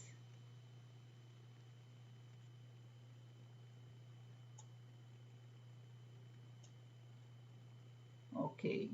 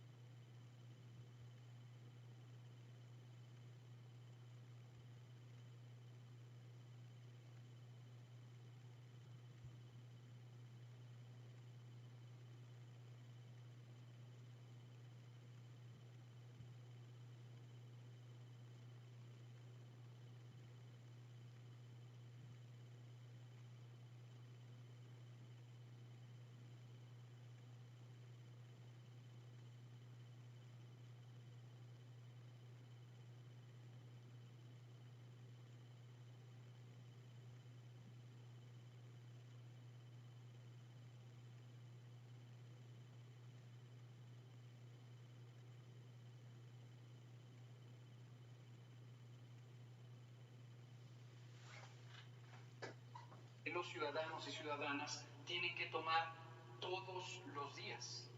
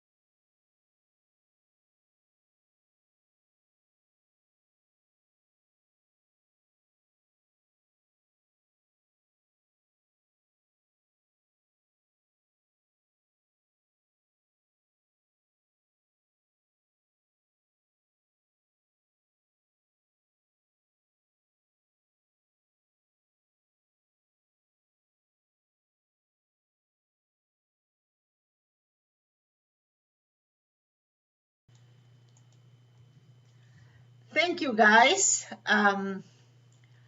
Yeah, sorry about that. You know, this is my first time streaming live, and I didn't notice my microphone was off. Okay, thank you. Hello, we are back. This second session is aimed for those teachers who give somewhere around 10 or more hours a week for higher elementary, 4th, 5th, and 6th. And we also have classes for those teachers who have secondary school. You can hear me now, right?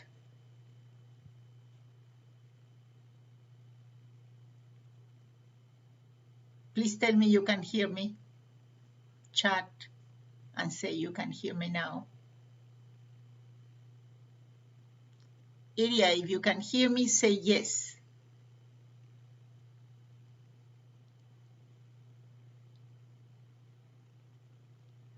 I say something. I cannot. Nobody can hear now? Gabby, say something if you can hear me. Now you can. Okay, beautiful. So now I have sound. Thank you. Thank you. Okay, so we are very, very good. Thank you, guys. I love you. You are very good. Now we are up to 33 teachers. Okay? Excellent. So welcome back. Now we're going to go over material for secondary school teachers and for upper elementary that provide somewhere around 10 or more hours per week. Excellent. Let me swap right here. Thank you. Okay. The program for this rest of the day. Number 1, we're going to Self-English 2020 series. This year, we are welcoming you with 3 series: Approach, Conquer, and Dominate. Then we're going to see the structure and components of those series. And the teaching method, if you were here last session at 2:30, don't expect the same. It's going to be slightly different, though it's still an eclectic method. And we have how do we organize syllabus, the new certification program, the teaching process, and the teaching process for the types of the different types of lessons. Beautiful. Thank you, Kathy. Okay, and the uses of technology. Homeschooling, this is something we need. And we're going to have a section of questions and answers. Yes? All right. Self-English 2020. The new Self-English series. We have Approach, Conquer, and Dominate. Those are the 3 series. Approach is intended for elementary school from 1st to 6th grade. Those of you who are going to teach 5 hours a week in elementary school, please go back on this video and start again, because the training for those teachers has already passed. You're welcome to stay with us, but when you come back to this video, you need to start in minute 1 to go over the training for Approach. Right now, we're going to focus on the second half of Conquer and Dominate, okay? Beautiful. Approach. What is Self-English Approach? For those of you who were here at 2:30, we have 6 levels in elementary, 5 sessions, 5 to 7.5 hours a week. Some schools have 3 hours. They could still work with approach, but they need to do all the activities faster. 6 batches, 2 per term. It includes exams, which are digital. They can also be printed, and it has quizzes every 2 batches. Conquer. We have 2 different structures of Conquer. We have Conquer for elementary, lower elementary, and upper elementary. So, lower elementary, which is alpha, beta, gamma, we have 6 batches with 5 weekly sessions. Delta, epsilon, and zeta, we have 25 units. And what you need to do is to teach 2 units every 3 weeks. This way you can go over the 25 lessons in 1 school year by teaching 2 units every 3 weeks.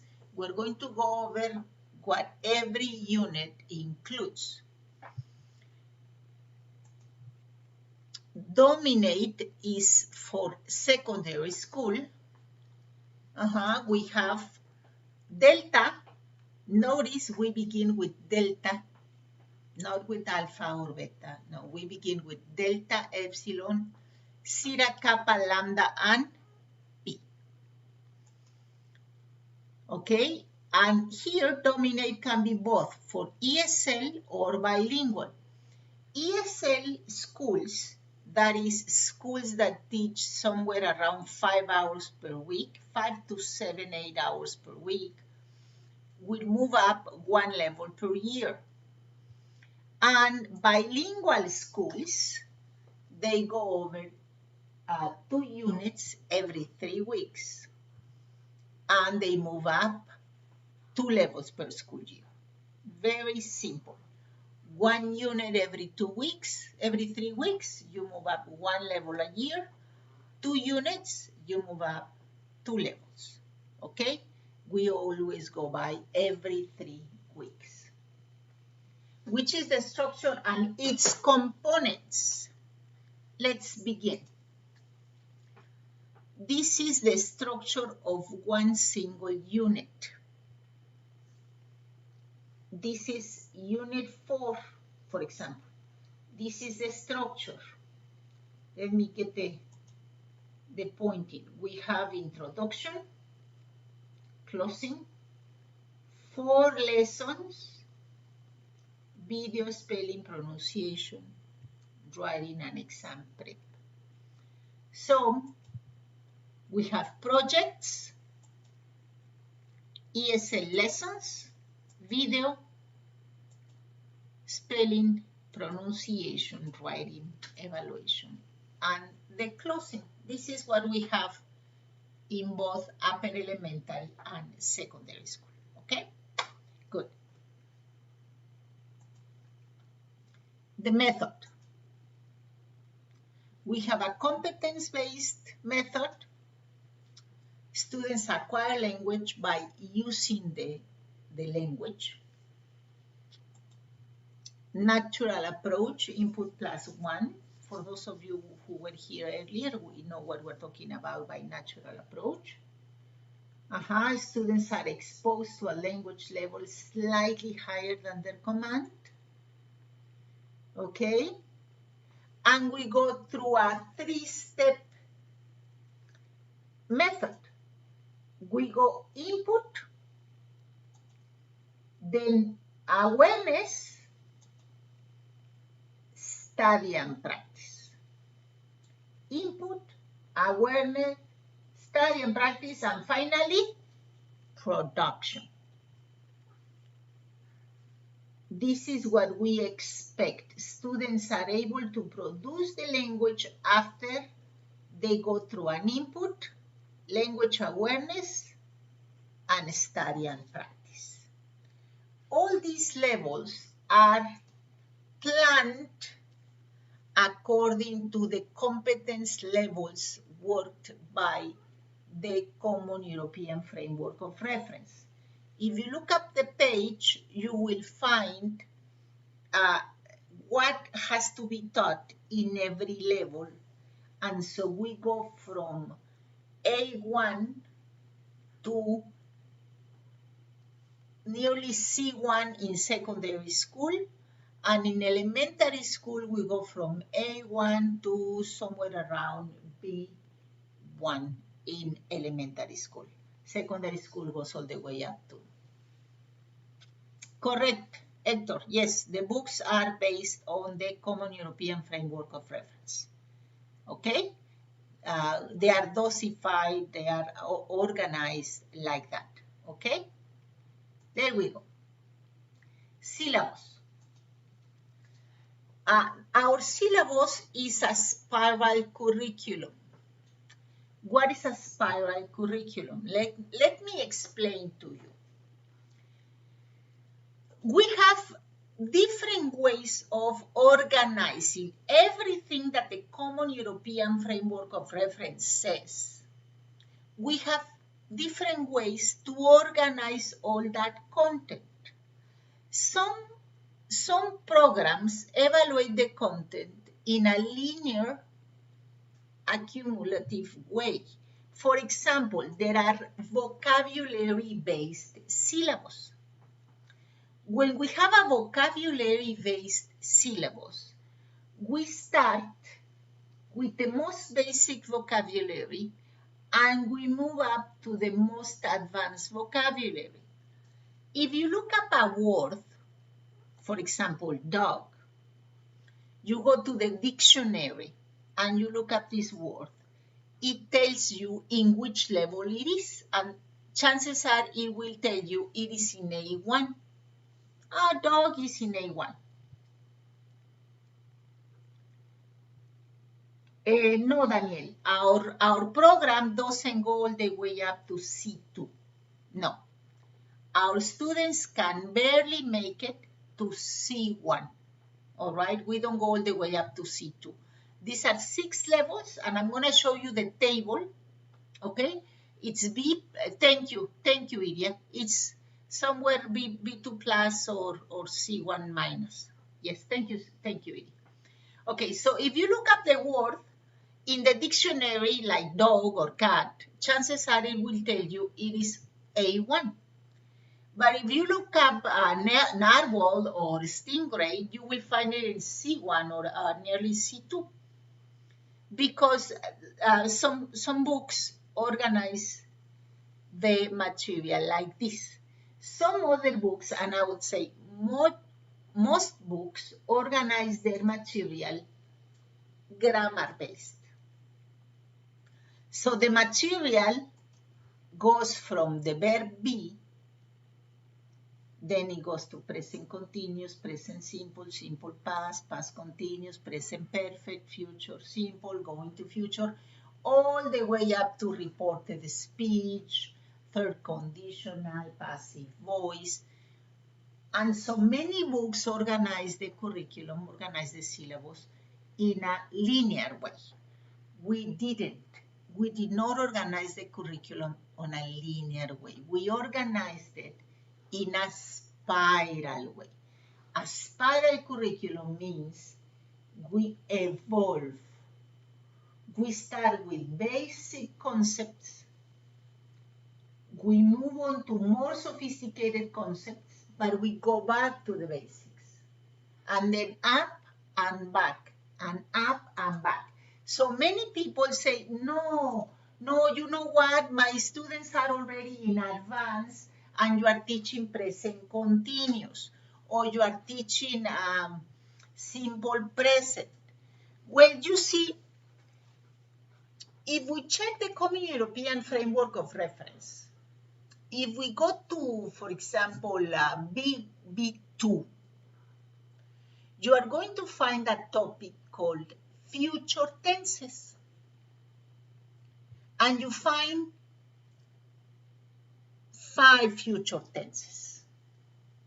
Yes, we find present continuous with a future sense, going to future, will, simple future, future perfect, and we have something called simple present with a future sense, and it's future. So in B1, we are still looking at the simple present. So before we teach the futures, in B1, we go back and review the presents. And that's when our teachers say, Kathy, I don't get it. Why are you teaching simple present in C1 level? Oh, because C1 level is going to learn future and they need to know very well simple present in order to understand why simple present can be considered future, like in my plane leaves on Sunday. Yeah, I'm taking a plane back to Mexico on Sunday, so my plane leaves on Sunday, and it is future, though it is structured in simple present, okay? Hector is asking, what is the higher level to reach in secondary? I would say B2 plus in secondary, C1 minus. That's the highest level you can aim for in secondary. Many schools certified CAT in elementary and PET in secondary. We can certify with self-English, we would certify PET in 6th grade if the students are up to the level, because the content is up to PET in 6th grade, and it will be up to first certificate in 3rd grade in secondary, but it depends a lot on the, okay, in one group we might have, in 3rd grade we have 5 students being certified in CAT, 10 students in PET, and 5 students in first certificate, because it depends heavily in the students, okay? All right. The piecing. Conquer series in upper elementary, we advise that you move up 2 units every 3 weeks. We have first and second term with 8 units each, and the exams are organized that way too. The first exam, which takes place, let's say, halfway in November, the first exam is for the first 8 units. The second exam is for the second 8 units, that'll be from 9 to 16. And the last exam is for the last 9 units, okay? So we have 3 exams, 1 exam per term, all right? Oh, thank you, Yera. Yeah, for non-bilingual, PET would be the level. Excellent. Now, the piecing for dominate. 1 unit every 3 weeks if you are teaching non-bilingual, if you're teaching ESL, or 2 units every 3 weeks if you're teaching bilingual. What it means really is the number of hours taught per week. Is not actually the content, because those schools that, for example, are bicultural because they teach science in English, they could still be ESL because they teach 5 hours of English classes, pure English classes, and they teach 5 hours in science and social studies, for example. Or they teach, they are teaching with the new technology program for schools. So they teach more hours per week, but they don't actually teach English hours per week. So they can be bicultural and still be non-bilingual because they don't teach many hours of English language teaching, okay?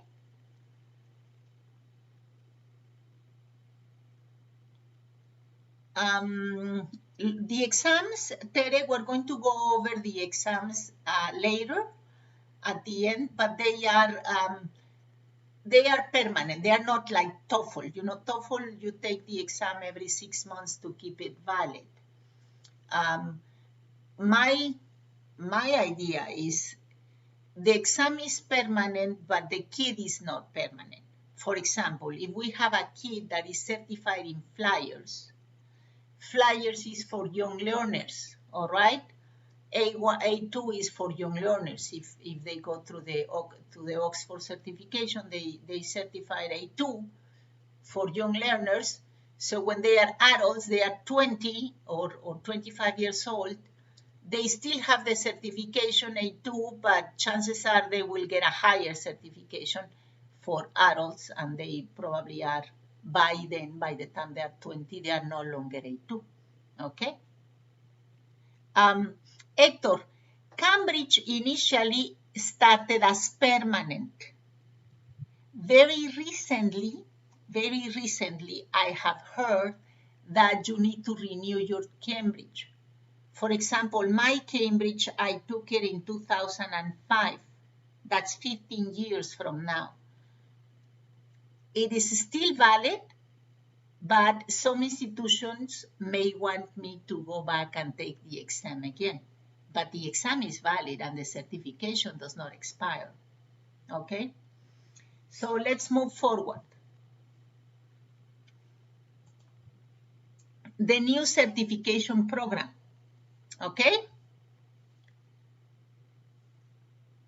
This is it. These are self-English levels. Gamma starts off with A1.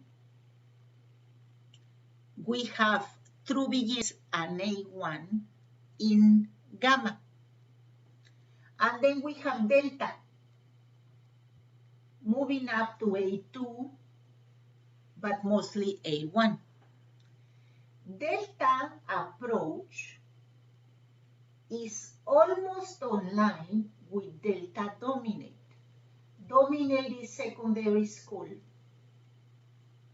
Approach is elementary school. Okay? So you see the levels overlap. This is elementary, this is secondary.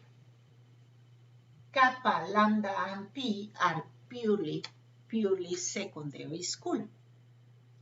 So a kid who finishes elementary school and has very good performance, the kid could well start secondary in Kappa.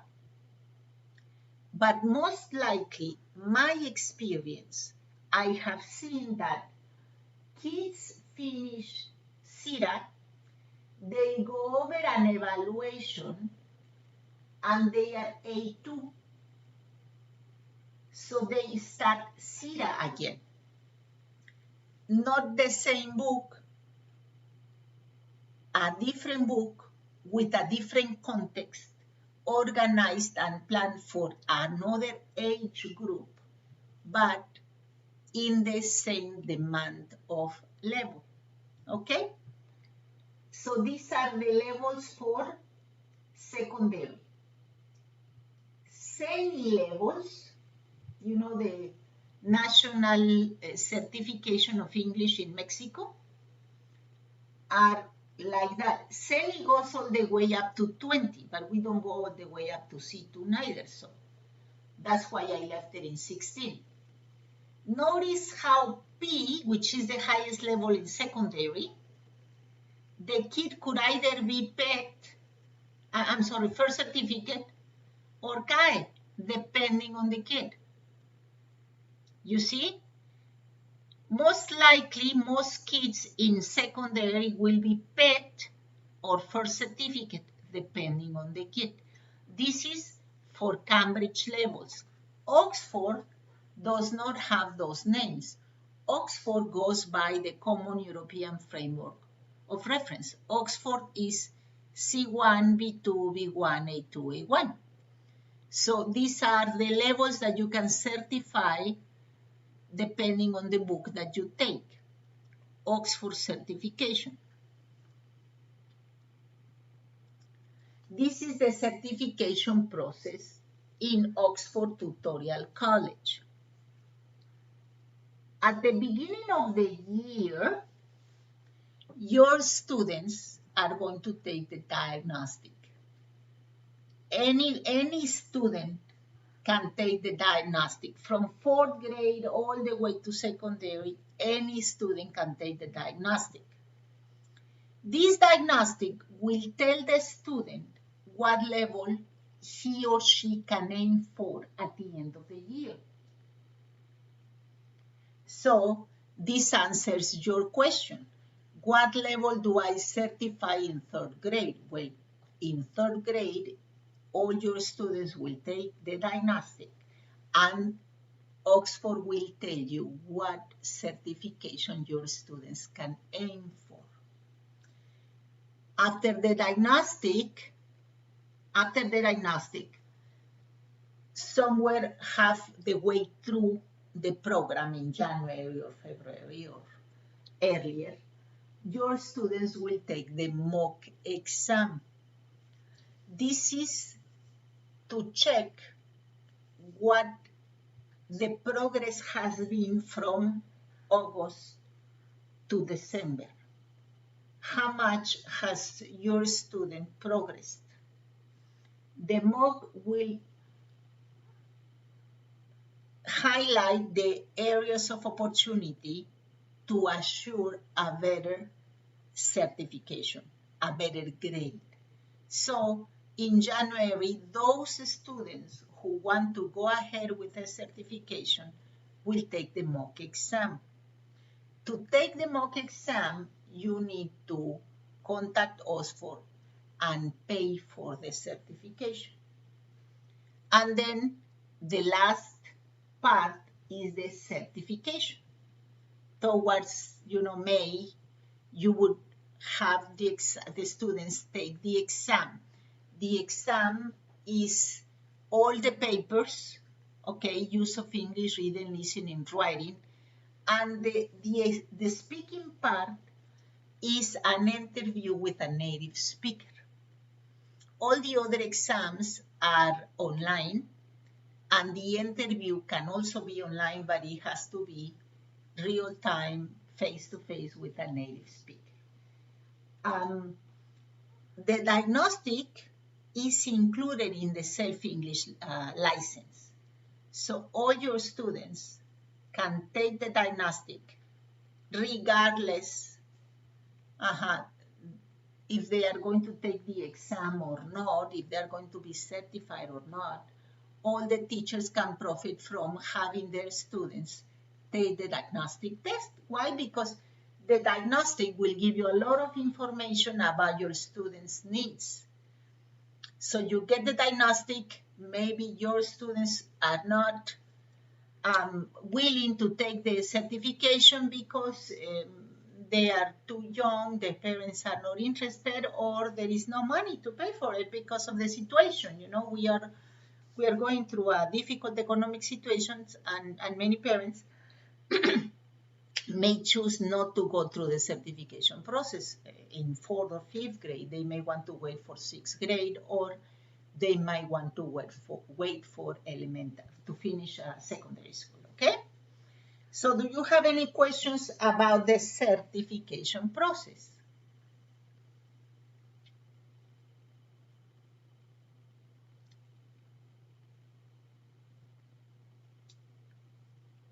Okay, we have 43 people and none of them have questions. Okay, if you think of something, just let me know and I'll be more than willing to answer in the chat, okay?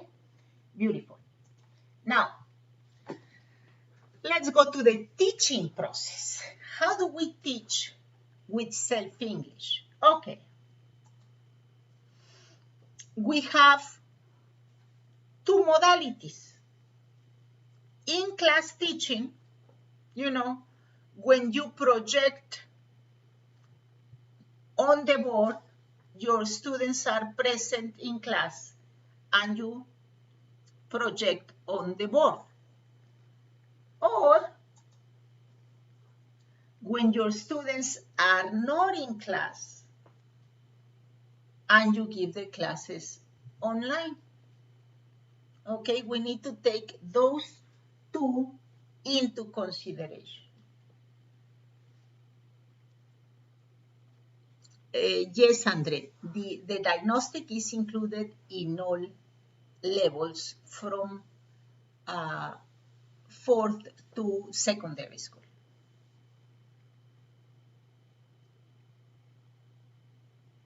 The prices, they are way cheaper than Cambridge. They are 1,500.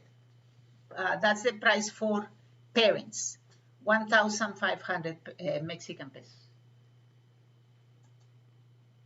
The components. We said it already, 25 units in higher elementary and 12 units in Dominate. Dominate, you have one batch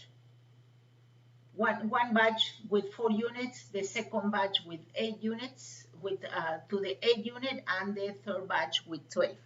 So we have 4 units every batch. Every trimester, we have 4 units in secondary. In elementary, we have 8 units, and 9 units. Those are the units we have for higher elementary and Dominate. 1 unit. This is 1 unit. How long does it take to teach 1 unit? It takes 18 hours approx. Why? Because it depends on the number of students you have. If you go for the project, this is the project, okay, the project can take up to 4 or 5 hours from your time because you spend a lot of time preparing, you spend time following up the project, and you spend time presenting the project.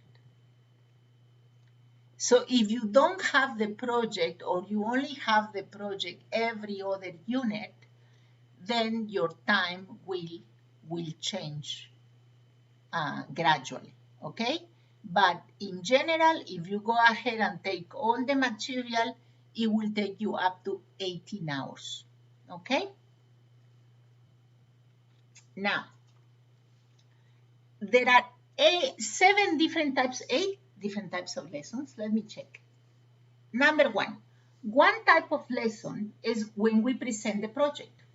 We introduce the project. That's a different lesson than when we teach language, for example. The use of language lesson, okay, steps 1 through 7. I'm gonna go over the steps. 1 through 7 is the use of language lesson. Has one way about it. Then there is the input lesson, where we give video, reading, listening. Skills lesson, the lesson where we teach spelling and pronunciation. That lesson is very short. It can take up to 15 minutes to half an hour, all right? There is also the writing workshop. That's a 2-hour lesson or less, depending on how fast or how creative your students are or how much you want to extend in the lesson. Okay, so it takes me from anywhere from 1 to 2 hours in a writing workshop lesson. Then we have the evaluation or exam prep lesson. That usually takes 2 hours. I have tested it. And we have the project presentation lesson.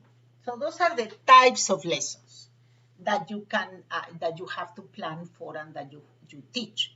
They all follow a different dynamic. For example, when you use technology, in the lesson, then you have these moments, okay? The teacher mobile device is projected and the student mobile device is standing by, okay? You go like that. In the lessons where the student is using the device, then you go like that. The teacher is in the classroom using the device. And you have the moment when both students and teachers have the device off, okay? But it depends on the lesson. So we'll see about that, okay?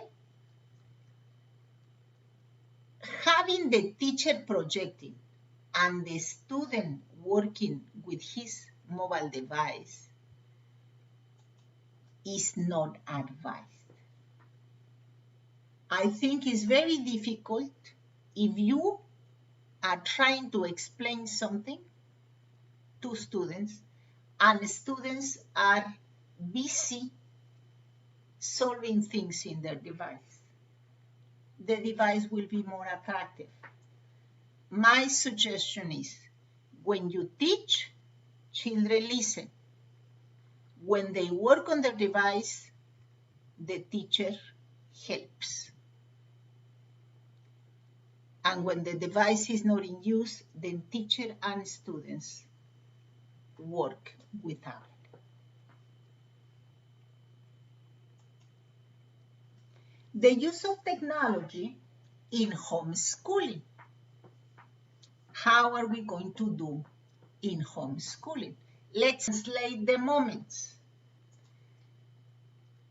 The teacher presents and the students listen, all right? That's the teacher mobile device moment. The students work and the teacher provides assistance. That's the student mobile device moment.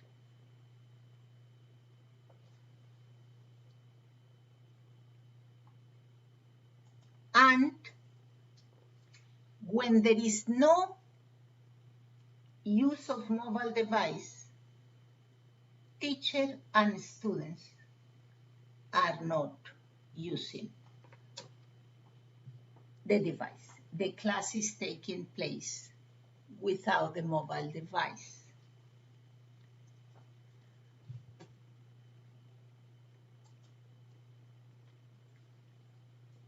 Homeschooling teacher mobile device moment, okay? If the teacher is working from a tablet, the teacher can access the book in Nimbus Get. The teacher shares his screen, his or her screen, because the teacher is working from a tablet. So share the screen. Don't put the screen in front of the camera. No, what I mean is you share your screen and then you teach from Nimbus Get. Okay?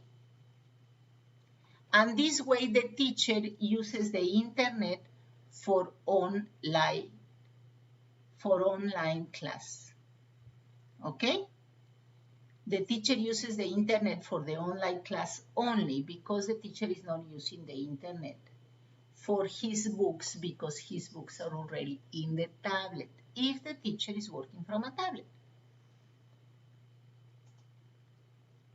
If the class is given from a PC, then the teacher accesses the book from the online platform.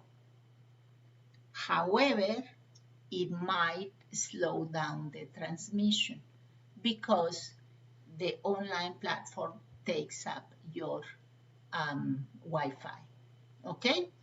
Two people have already asked me, is there certifications for teachers that validates? Okay, the certification is for language command, and it is validated by SEP. The Oxford is validated by SEP, but it's for language command. Now, a certification for teaching is being created as we speak, which is the self-English teacher. In didactic, we are creating a certification that we're going to register with SEP so that it can be valid as a teacher training program that the SEP accepts. But that's teaching certification. Right now, we don't have a teaching certification. We have a language command certification for Hector and Rodrigo. Okay? So, as I was telling you, in the homeschooling, the teacher has two options. The teacher can use the tablet and share his screen. He can just swap screens, work from his tablet and have his books downloaded, or the teacher can work from the laptop and access the books in Nimbus, okay? If the teacher accesses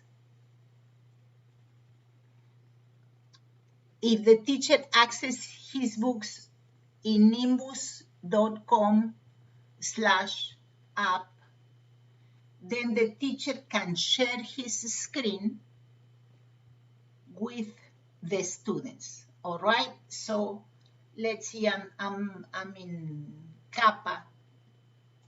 The teacher is giving the CAPA level, so the teacher can access all his units from the online platform, but the teacher has to have a very good internet service, or else it can slow his transmission and then have this echoing or freezing of I have done it before, and the screen just freezes and I cannot hear what my students are trying to tell me.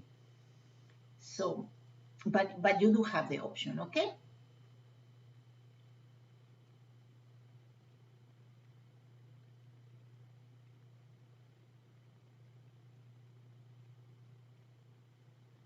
So where was I? Let me see. Now I have a lot of windows open. Okay. Very good. So that's it. Homeschooling students' mobile device moment. This is the student mobile device moment. The teacher is not projecting, the students are working with their mobile device. Students work from app, they don't work online. Not that they can't, they can work online, of course. We have access to the books online through a PC, in the tablet, through the app, in an iPad through the app, through a Chromebook, all right? They do have the access, but if students work from the platform online, and the little brother is working online, and the mother is working online, and the father is working online, then the whole family is going to have problems because the band will not be enough. The internet service is not enough, okay? So have students download their books in the tablet. Have students work offline in the tablet. So the student will have one equipment. He can have his tablet and swap windows.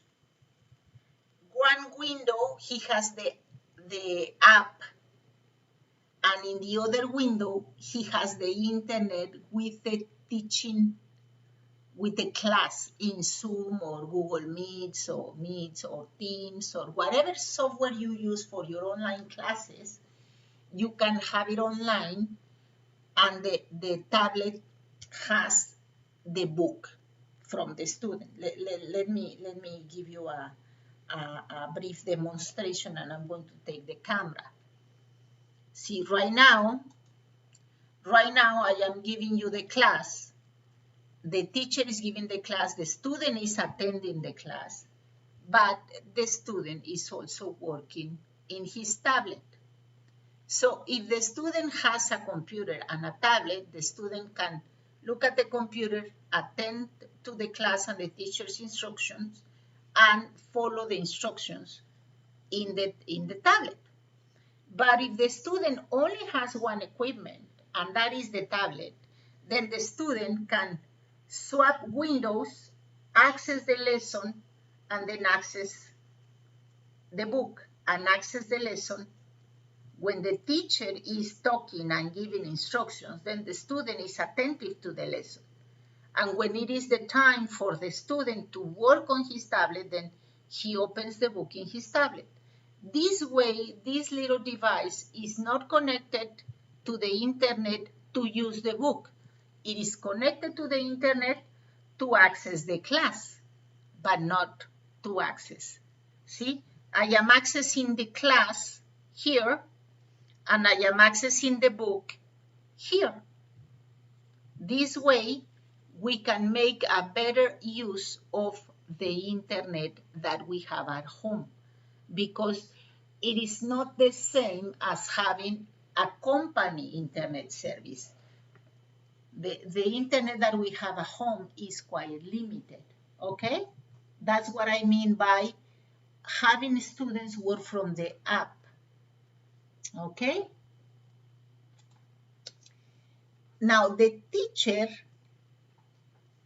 may wish to have the student solve the activities in the teacher's device collaboratively. And I'm going to give you a class so that you can see pretty much what I'm talking about. All right? The student solves the activities, profits from the experience, and then the student is left on his own to work on the activities independently. Okay?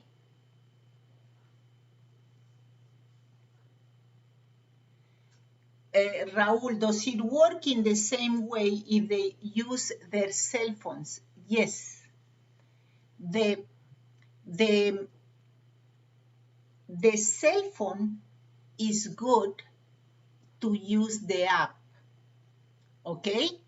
The app can be used in the cell phone, in the tablet, or in the iPad.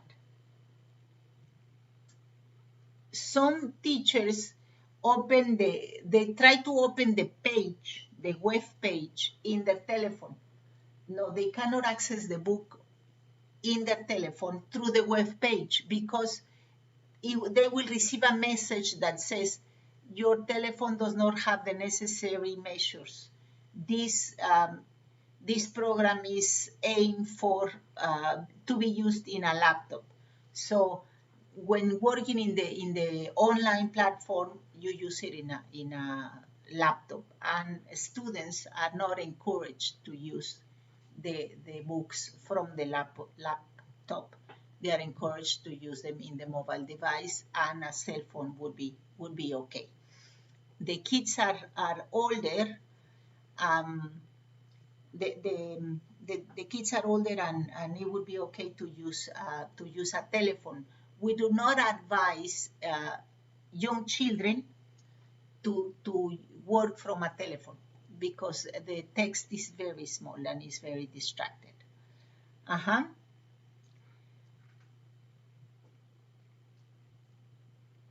Yes, the students can listen to the teacher. I'm going to have a class with you, and you are going to listen to me, because what I do is I share the audio. Zoom has a feature, and also Google Meets, where you can share the audio from the equipment, and you can share the audio from the microphone so the students can listen to the teacher. As I said, do not have your students listen to the teacher at the same time they are using their books, because they will not pay attention to the books or the teacher. Chances are they will not listen to the teacher because they are busy trying to solve the activities in the book. So when I say solve the activity with the teacher, what I mean is the teacher presents, the teacher asks for students' participation, and all together solve the activity in the teacher's mobile device or in the teacher's account. And after that, the students are left on their own to study, to revisit the activities. Okay? Very good. Students synchronize after they work, they will synchronize their device, I'm sorry. Okay? Now, we have 3 moments: teacher's mobile device, student's mobile device, and no one using the device. Okay, so when no one is using the device, we can have the teacher lead the class, the communication activity or the writing activity, or we can have the student work individually, solving the activity, okay? And then they will present it, okay? To summarize what I just said, these are the lessons, okay?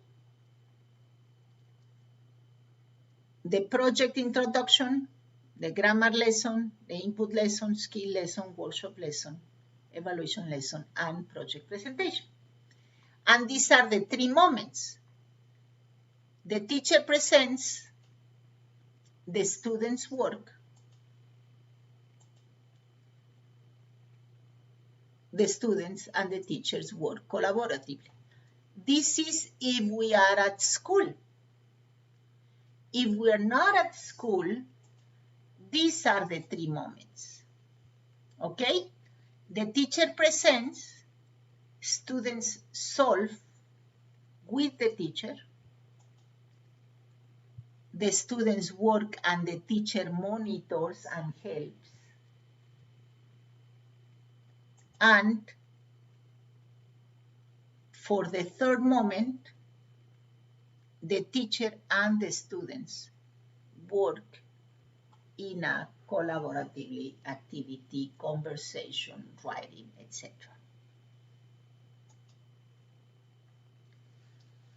Any questions so far?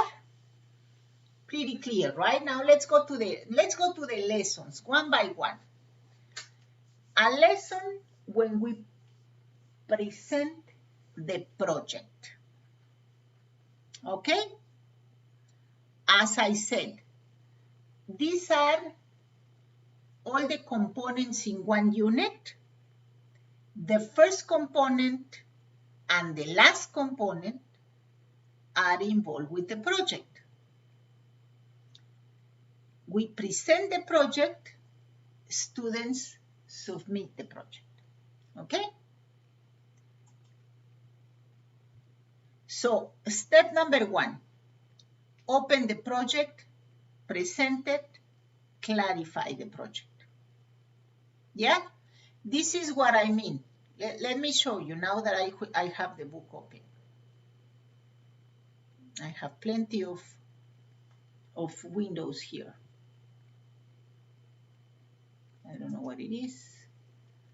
Let me see all the windows I have. Let me close this window. And let me close this window. See, I have a lot of windows open, and that's a problem. Okay. Okay, I see. I'm going to escape a little bit. I'm going to go back and find my books, okay? Bear with me a little bit. Oh, here is my book. There we go.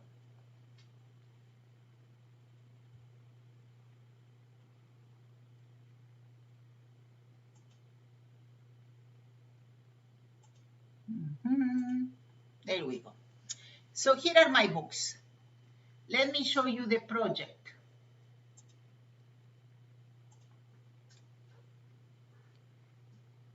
Every unit begins with a project. Let me go to unit 2. Here is the project. We introduce the project, learning objectives.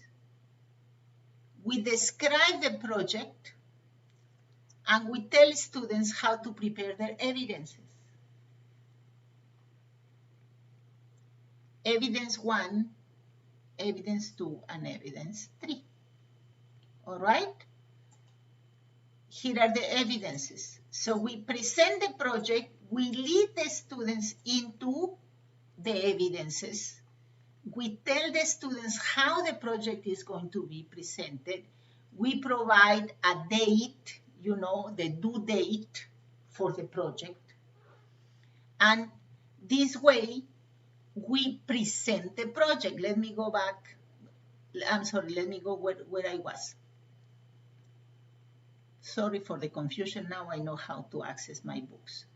So we present the project as I just told you. Present and clarify project. Okay? We arrange the teams. The project is done in teams.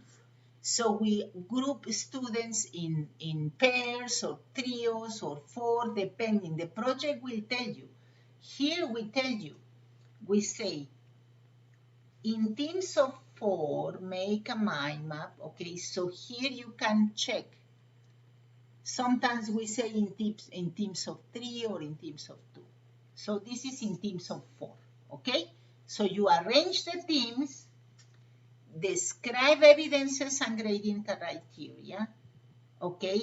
And you do all of this from the teacher's mobile device,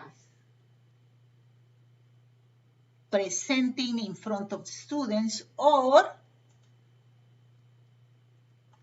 presenting through the online class, okay?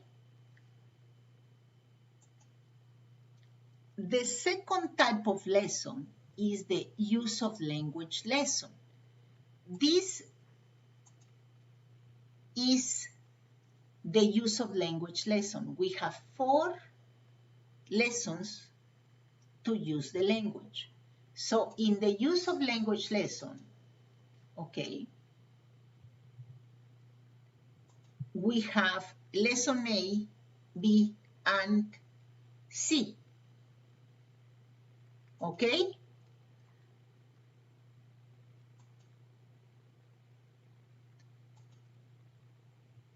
When we open a lesson, we're going to find 10 steps.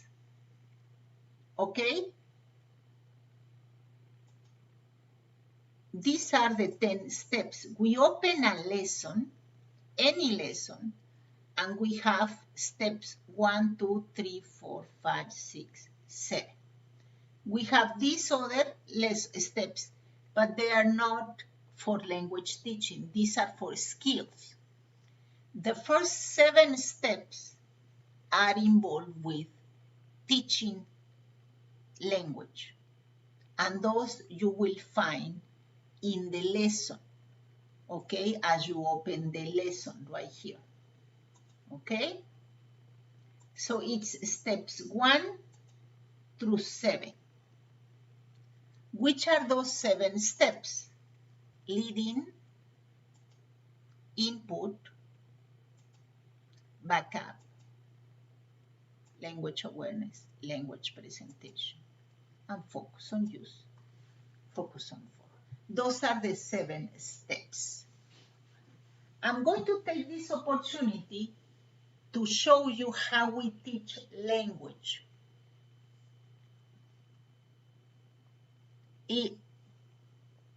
As we are now, virtual classes, okay? Because these 7 steps can be taught in these 2 different ways. The lead-in, the input, the backup, language awareness and language presentation can be done by the teacher like this. If he is in class, he will use this strategy, projecting on the board. If he is online, he will do this other strategy, projecting in class. Okay? This is projected in class or online, and this is done individually by the student. This is if the student is in the classroom. This if the student is at home. Okay? So I'm going to give you these 5 steps online. Are you ready? Yes?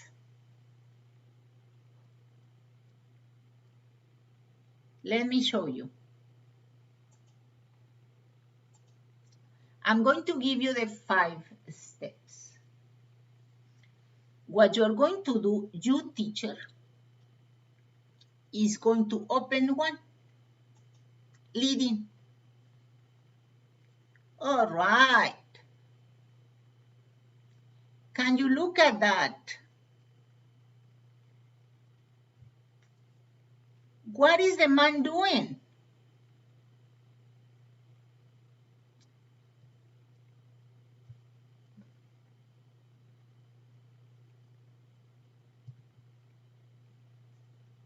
What things do people do when they are driving? Come on, guys, tell me, what things people do when they are driving?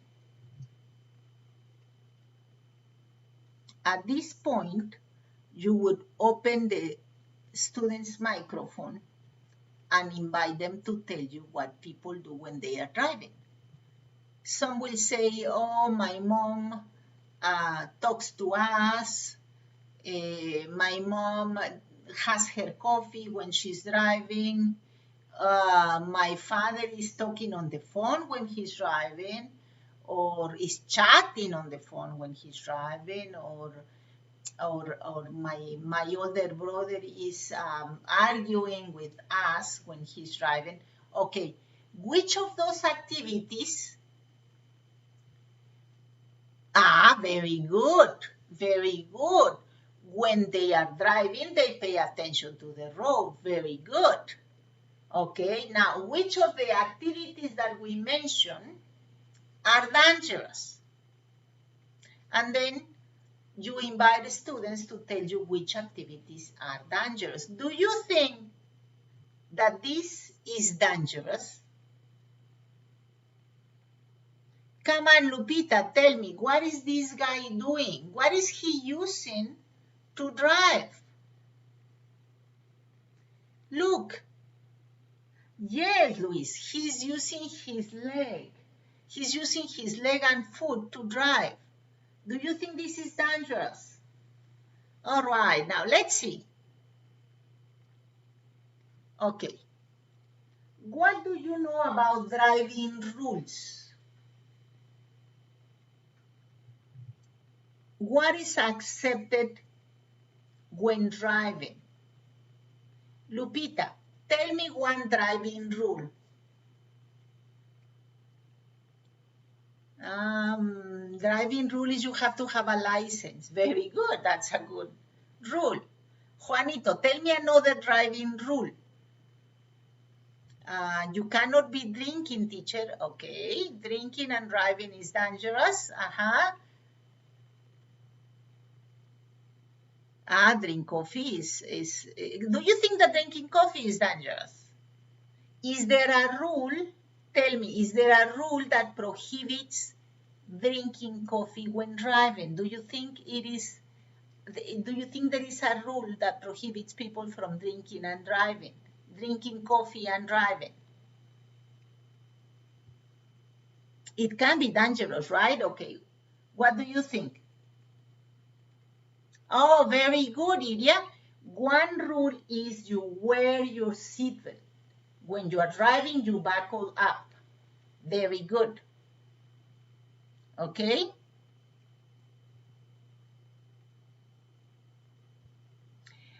Is there any rule? Very good. Yeah, that's a good rule, Janina. You must use the seatbelt. Now, do you think that there are rules that should change? Like right now, I know that using your telephone, and I'm not talking about talking through the Bluetooth, listening to the telephone and talking on the phone when you are driving, do you think that should change and it should be authorized? All right. Let's do this, guys. I'm going to play the audio, all right? And you are going to tell me what is the audio about? What is happening in the audio? What is it about? I'm only going to play the audio, okay? Listen.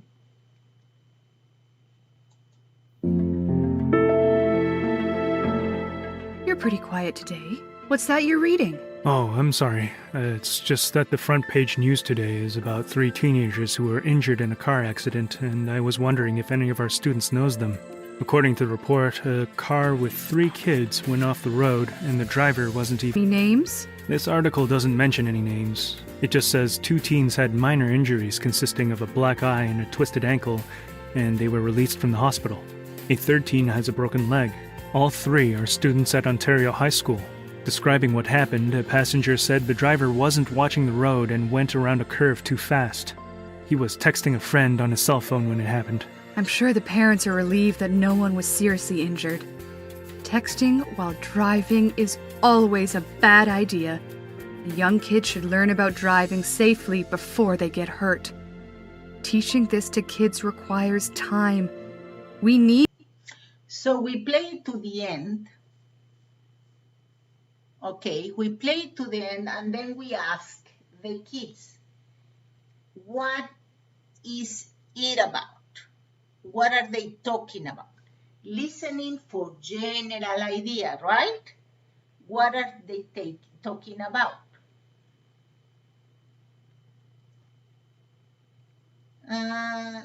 They are talking about accidents. Very good. They are talking about accident. What else? Who are talking? Do you think it's a news report? Who are having this conversation? I don't know. A mom and a dad. Oh, it could be a mom and a dad. Very good. Etc. And then we give them a target question or 2 target questions. So we tell them, listen again and tell me who was involved in the accident. Listen carefully. Tell me who was involved in the accident and what were they doing when the accident happened. Okay, I'm going to play it again and tell me who was involved. Need this kind of example to help them. Okay, so you rewind. The article doesn't mention any names. Day? What's that you're reading? Oh, I'm sorry. And then you tell them, tell me who was involved in the accident and what were they doing when the accident occurred.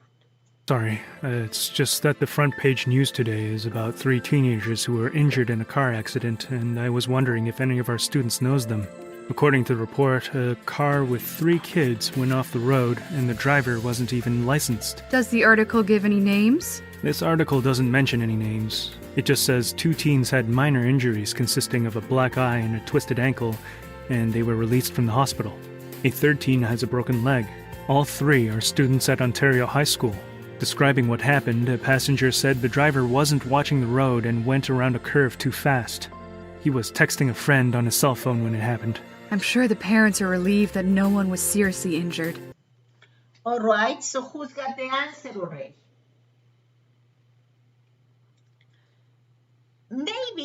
Maybe you will get a student who says, there were 3 students, teacher. 3 students were involved. Excellent, very good. Now, what was happening during the accident? What was the driver doing? How did the accident happen? What were they doing? All right? Probably not many of them will tell you the answer. What you will do is open the script. You open the script, you play the audio, all right? It's just that the front page news today is about 3 teenagers who were injured in a car accident, and I was wondering if any of our students knows them. According to the report, a car with 3 kids went off the road and the driver wasn't even licensed. Does the article give any names? This article doesn't mention any names. It just says 2 teens had minor injuries consisting of a black eye and a twisted ankle, and they were released from the hospital. A 3rd teen has a broken leg. All 3 are students at Ontario High School. Describing what happened, a passenger said the driver wasn't watching the road and went around a curve too fast. He was texting a friend on his cell phone when it happened. I'm sure the parents are relieved that no one was seriously injured. Texting while driving is... All right. This way you guide the students and you tell them, okay, so give me the answer. Who was involved in the accident? 3 students, right? Very good. What were they doing? And then they will tell you, right? The driver was texting while driving. An accident due to a distraction, okay? So here you are guiding the students. You are using the audio, and students are paying attention, or they have to be looking at your projection. And here you can play games with them. You know, you can tell them, okay, I'm going to open the microphone to everyone. The first person who answers will get a point, or if you click an answer and the answer is not correct, then you lose your turn. You can have rules with your students so that not everyone is talking at the same time, but you can have participation in the distance, okay? Then that's for step 2. We move on to step 3. Step 3 is about comprehension, okay? In step 3, the text is open and the audio is available. What we're going to do in step 3 is we're going to do a comprehension activity. What we do is we open the activity, okay? All right. Write your answer or tell me your answer. Juanito, can you read what caused the accident? What's the answer?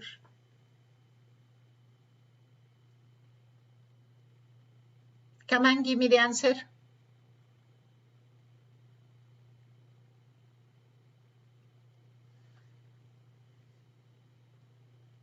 If you need to look at the text again, we can look at the text again, or we can listen again. what caused the accident. Careless driving, correct.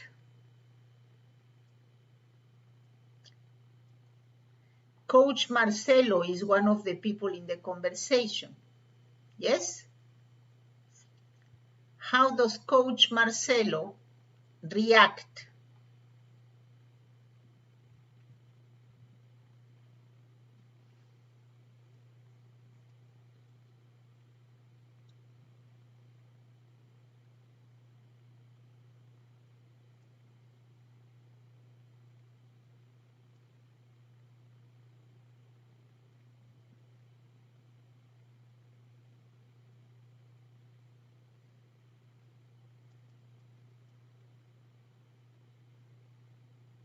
It will take your students about the same time to answer. Yeah? How does he react?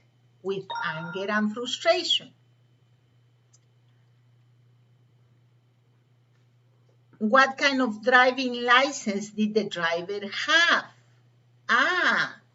Let's see. What kind of driver license did the driver have? Let's see.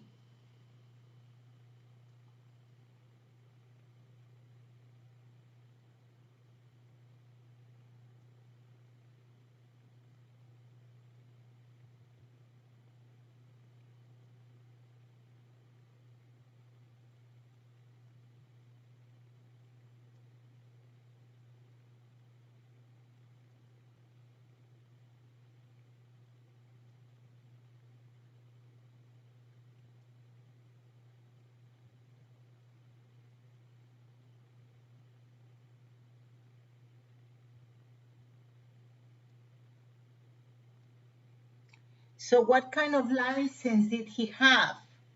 And you may want to make the text larger.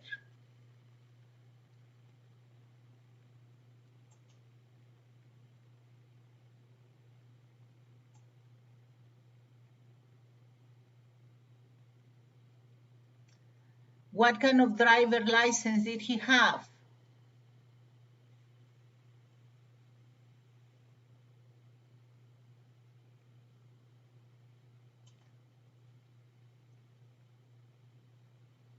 He had no license at all.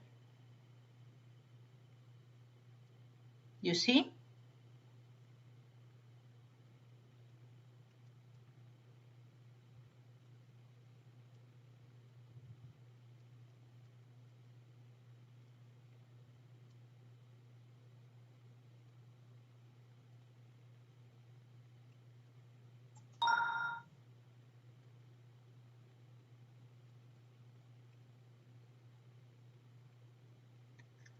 And so on. You answer with the student. After that,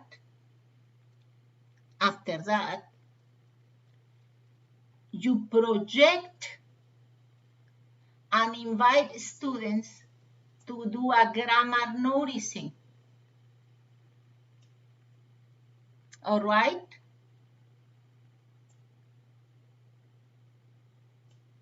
Now, tell me, what grammar are we going to teach? Just by looking at the words in blue.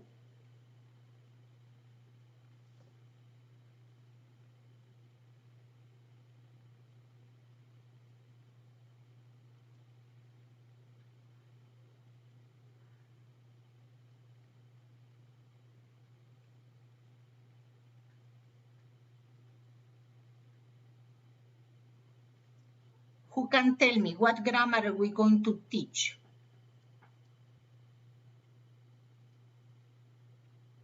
Very good. We're going to teach something related with gerunds, right? Absolutely. We are teaching gerunds and we're teaching infinitives. Infinitives and gerunds. All right? I mean, you know that because you're teachers. okay? But students may have difficulty. So what we do is we walk them through the activities. All right, let's see. We have the options. Now, this is a trick. We are going to invite students to help us answer. We have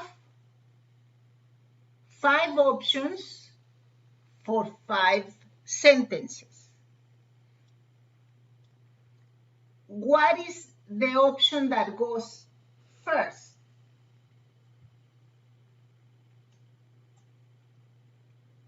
Let me move it. Requires all your attention. What requires all your attention? Everything, right? But probably the answer is driving.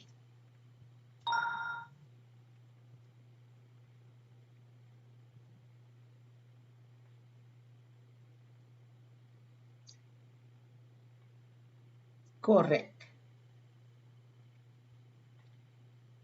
While driving is forbidden.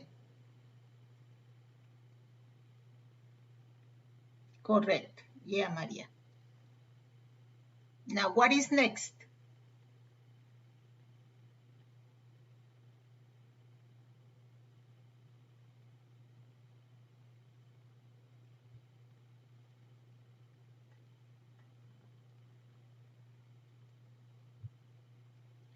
Texting, right?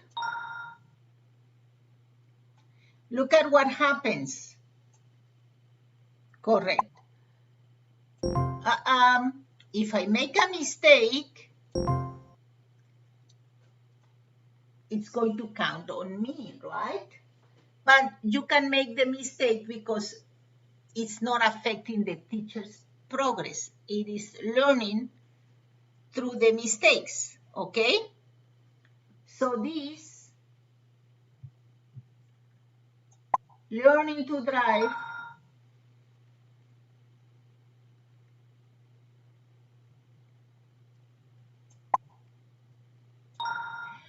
now before we solve the last activity, we want to take the opportunity to analyze. All right. Driving requires,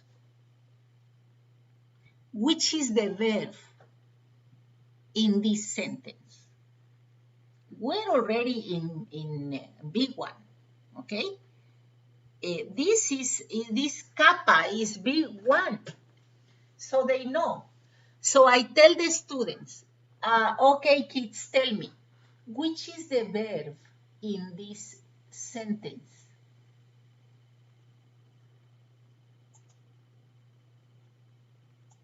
Can everybody see it? Which is the verb in the sentence?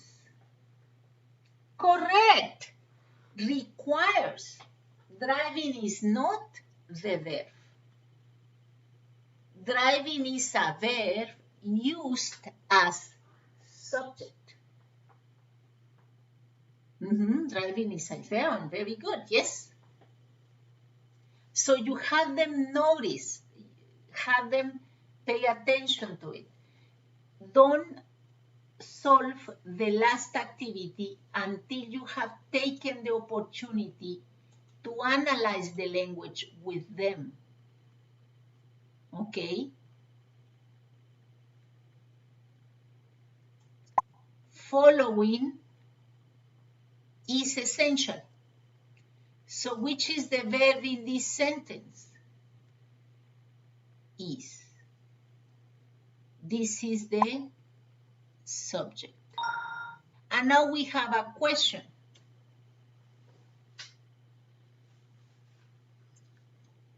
What function do the words ending in ing take in the sentence?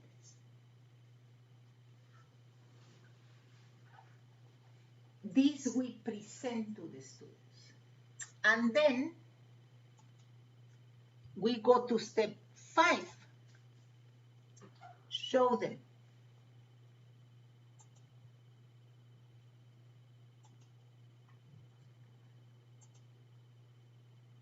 Infinitive of gerunds as a subject.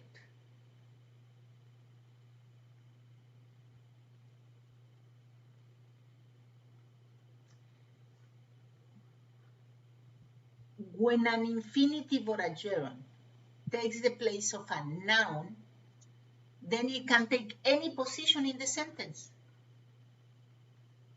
As a subject, as an object. For example, I love driving. Driving is the object.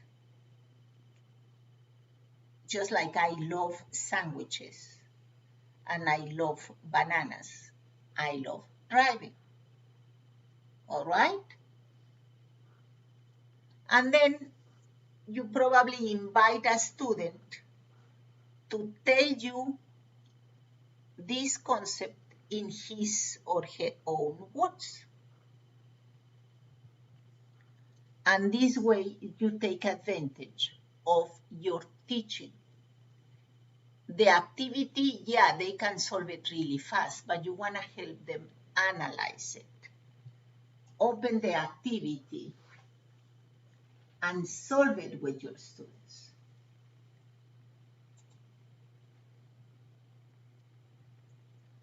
Which is the correct option? Swim or swimming?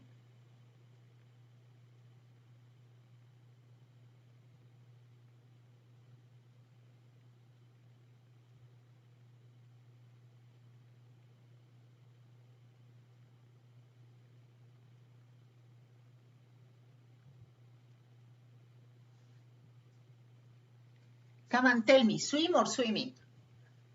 Correct, swimming. Swim is not an infinitive and it's not a gerund. Swimming is a very good sport. Okay? And then we solve it and we are eliciting participation from the students to solve it. That's what I am talking about when I say go over the first steps either by projecting on the board if you are in class or by projecting in the tablet when you are giving classes in homeschool. Notice that none of the students are using their tablet.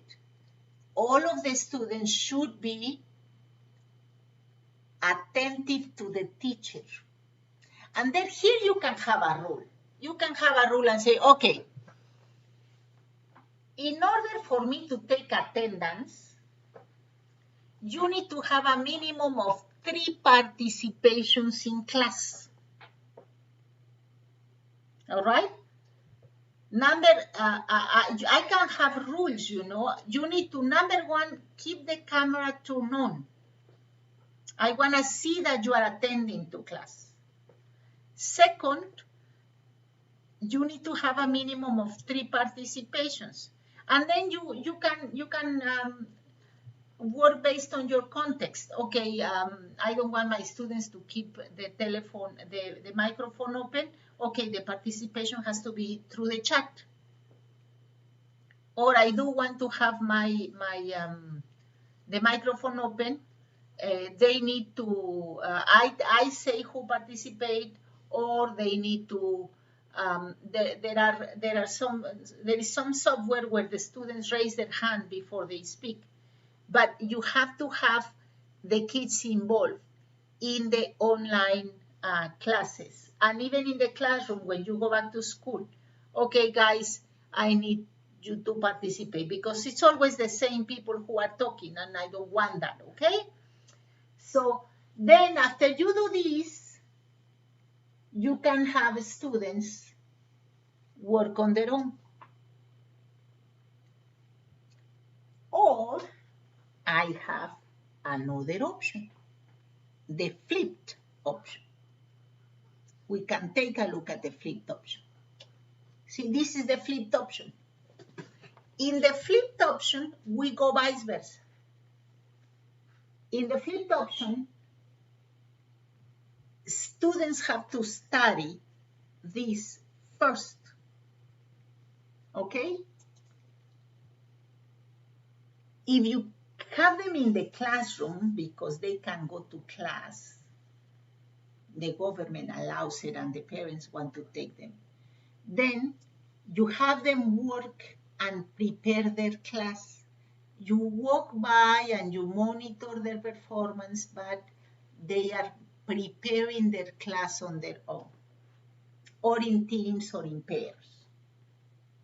But if you don't have them in the classroom, then you can have them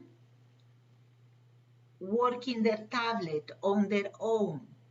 You see, these are upper elementary kids and secondary kids. You can have them prepare their classes.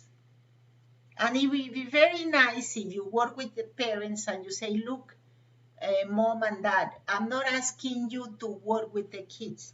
I am asking you to have the kid in an isolated place because the kid is going to prepare his class. After he prepares his class, then we meet online or at school and we work on the rest of the activities together. But first they have to prepare their class at home. This is what I think we can work out with them.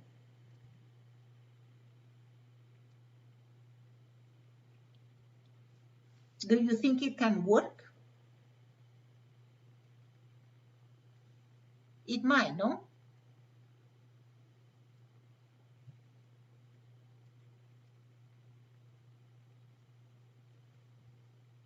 This is the flipped series.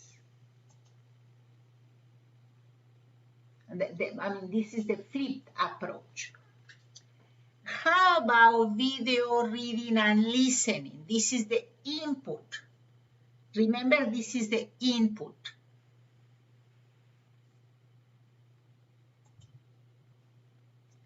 Inside the unit, we have input. Video. Inside the formative evaluation, we have listening and we have reading. Inside the lesson from step 8 is input. So you can have input in step 8 in the video and in the listening and reading section of the evaluation. There you have input. How do we work with the input? This is my suggestion with the input. It is similar to what we did in step 2 and 3 in the lesson. Leading and set target.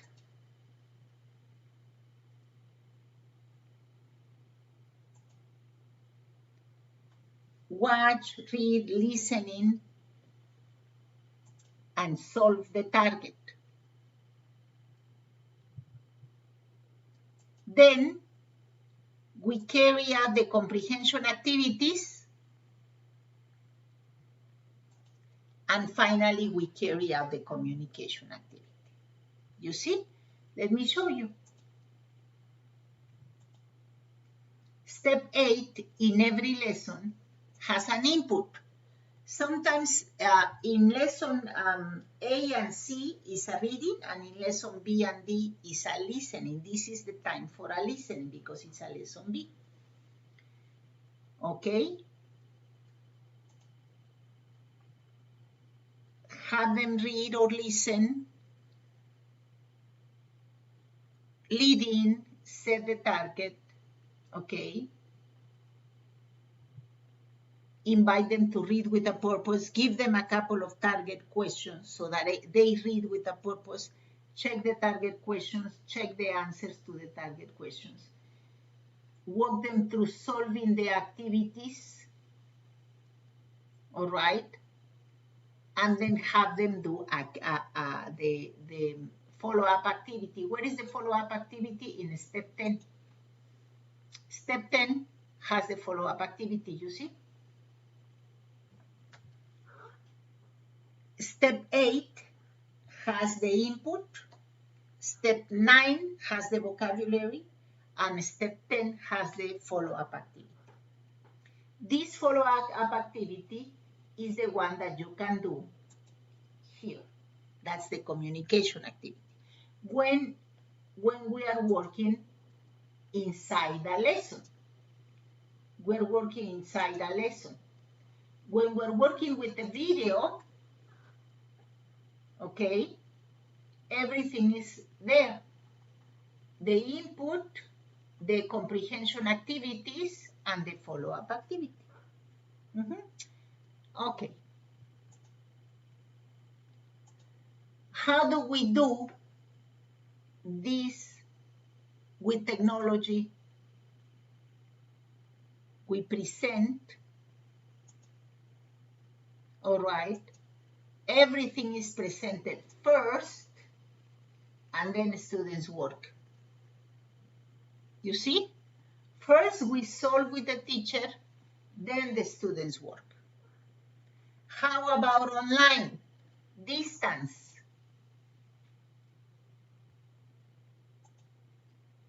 The teacher presents,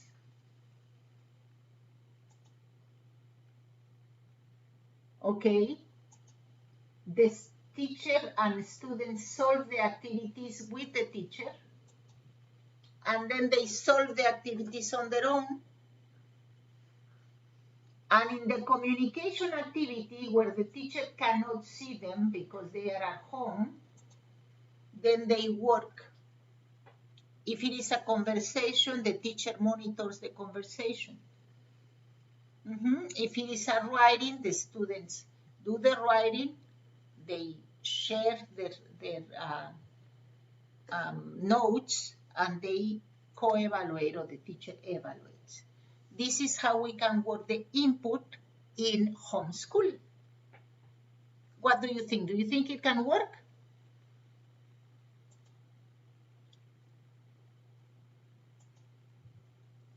Spelling and pronunciation, these ones.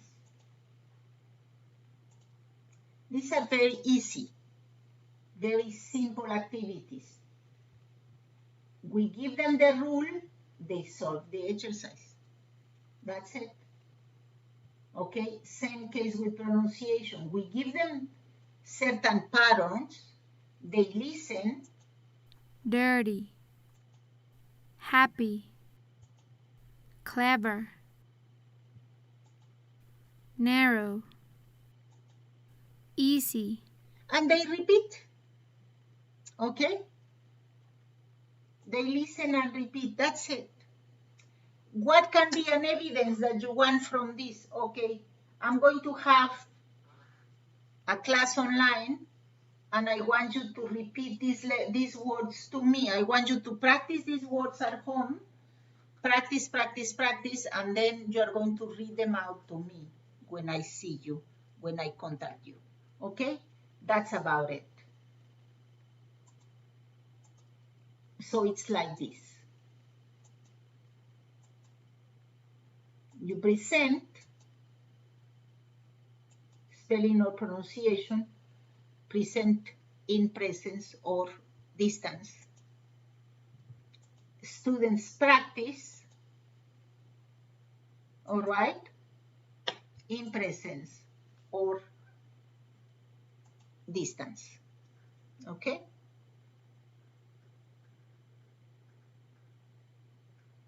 Okay, this thing is moving too much. The writing workshop. This is done entirely in their notebooks. All you can do is present it. Give them the evaluation, the evaluation guidelines, and have them send you the writing to you when you are online. because this is not evaluated in the tablet. This is done, okay? We give them the theory. You give them the theory, you have them read and repeat and tell you in their own words what they are going to do. But the practice, they have to do it in their notebooks. The practice and the production is in their notebooks.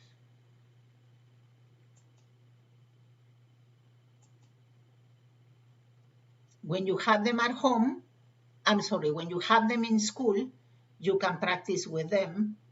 But when you have them online, then you need to ask for evidences, okay?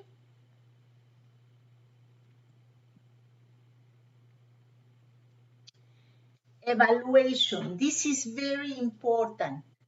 Evaluation is an opportunity to develop skills, reading, listening, use of language, writing and speaking.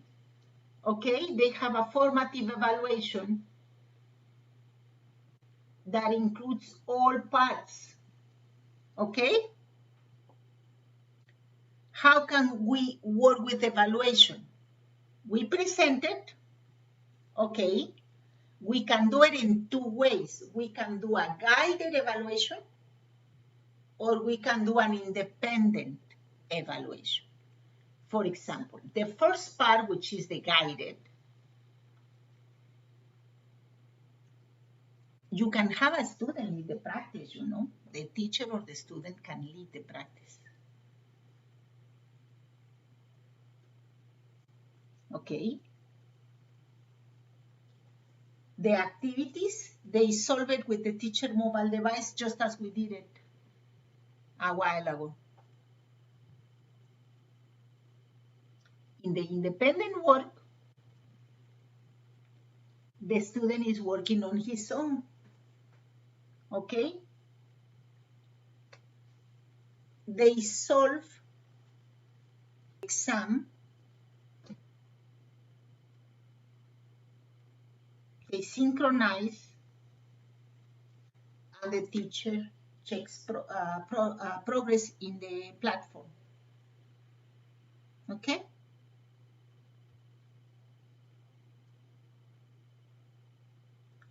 If we want to do it flipped, when they first do the independent work,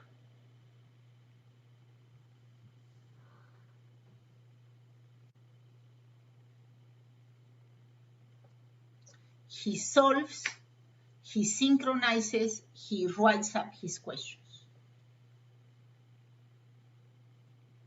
And then he connects, he attends to the online class, the teacher goes over the student's work, provides feedback, and they solve the questions collaboratively. So it's up to you how you want to lead that. You know your students, you know what works for you, but you can sometimes switch, you know. Maybe sometimes you have it flipped, sometimes you have it the other way around. It's really up to you, okay? For the project presentation, for those of you who are going through the project, well, we are not using the tablet to present the project. We can present it in class when we have access to our classrooms, or we can have students work and present it online. That's for the project presentation. This is the seventh class, the 7th type of classes. Do you have any questions so far?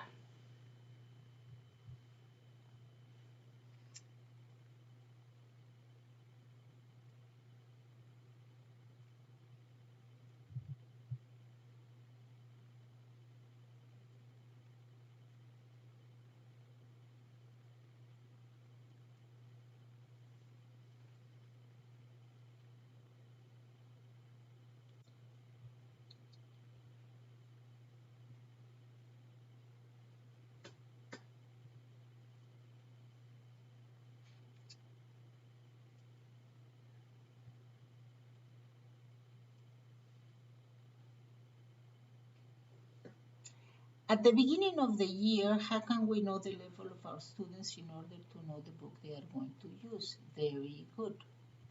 Okay. You have access to an online exam which is planned for you to assess the level of your students. Okay? You access, let me show you. We have a page, and your tutor can tell you this. We have a page called Certifications.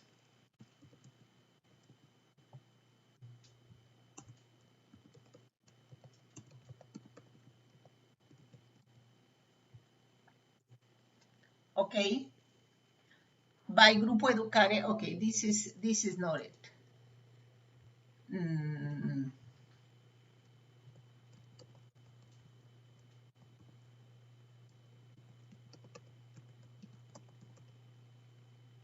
Go to support Grupo Educare.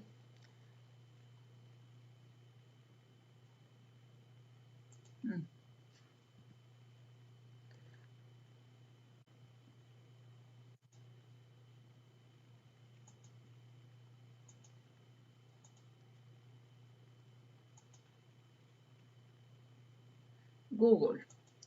You Google support. No, soporte Grupo Educare. I'm speaking English.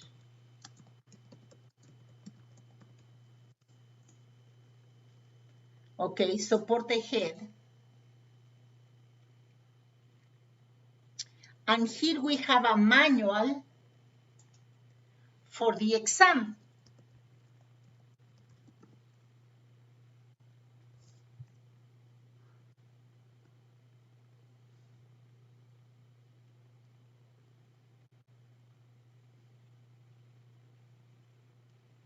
Okay? Placement exam. Okay?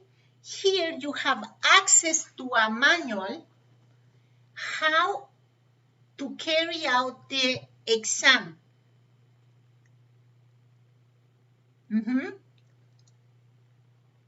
And this is step by step how you can examine your students, determine their level, okay? It is not a diagnostic exam.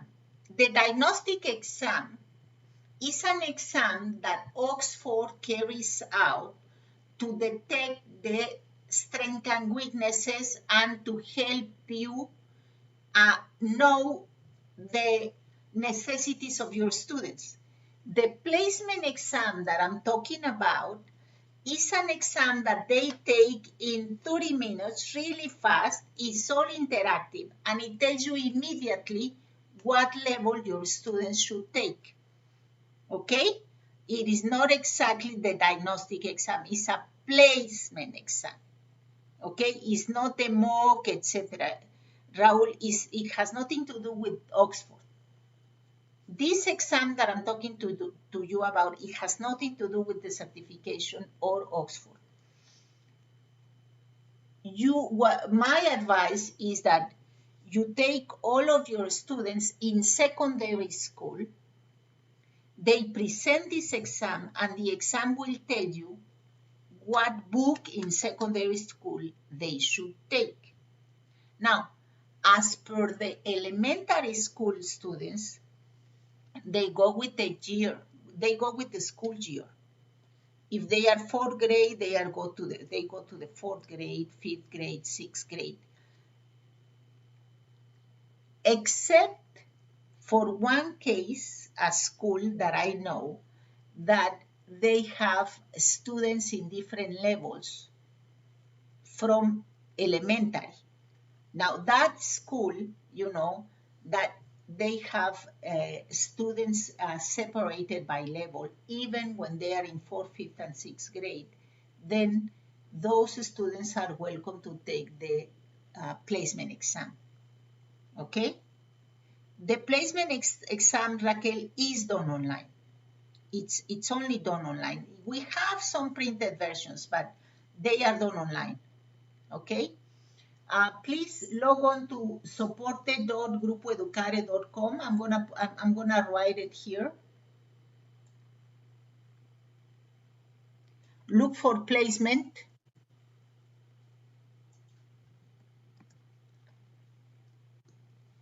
And get help with the exams, okay?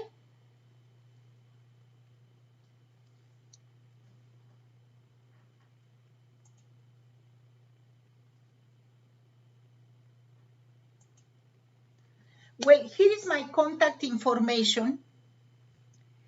Revisit the video, send me all your questions. I can have video conferences in your school. And I wish you all a very, very happy school year. The challenge is big, but you're not alone, okay? You are not alone. We can help you. We can, in the YouTube channel, we have a lot of advice to help you, all right? Now, I mean, if I am working with them in Zoom, can they do the placement with me in class? They could, Raquel, but they need to have their own tablet, okay? You are working with them in Zoom, but they have to log on to their tablet. The tablet has to have access to internet, and they can do the exam with you and then show you the result. Yes, you can do that, but they will have to have their own tablet. You are all very welcome. I am happier when I visit your schools, but this year was not possible, so we arranged this in a different way.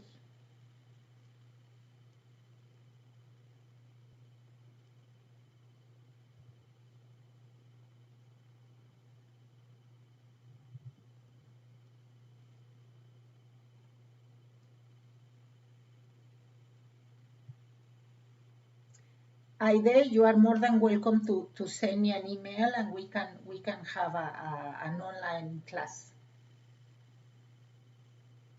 You're welcome, Adriana. The requirements for the tablet are with the area of support. Contact the support area, send them an email, and they will give you the requirements, okay? Thank you, Kathy. It was a pleasure. My pleasure. Thank you all.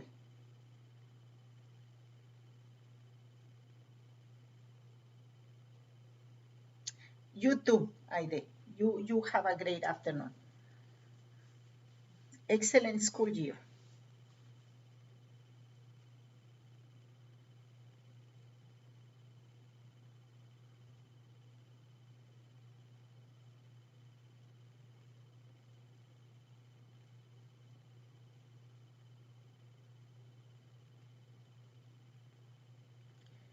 Almost Friday, yeah.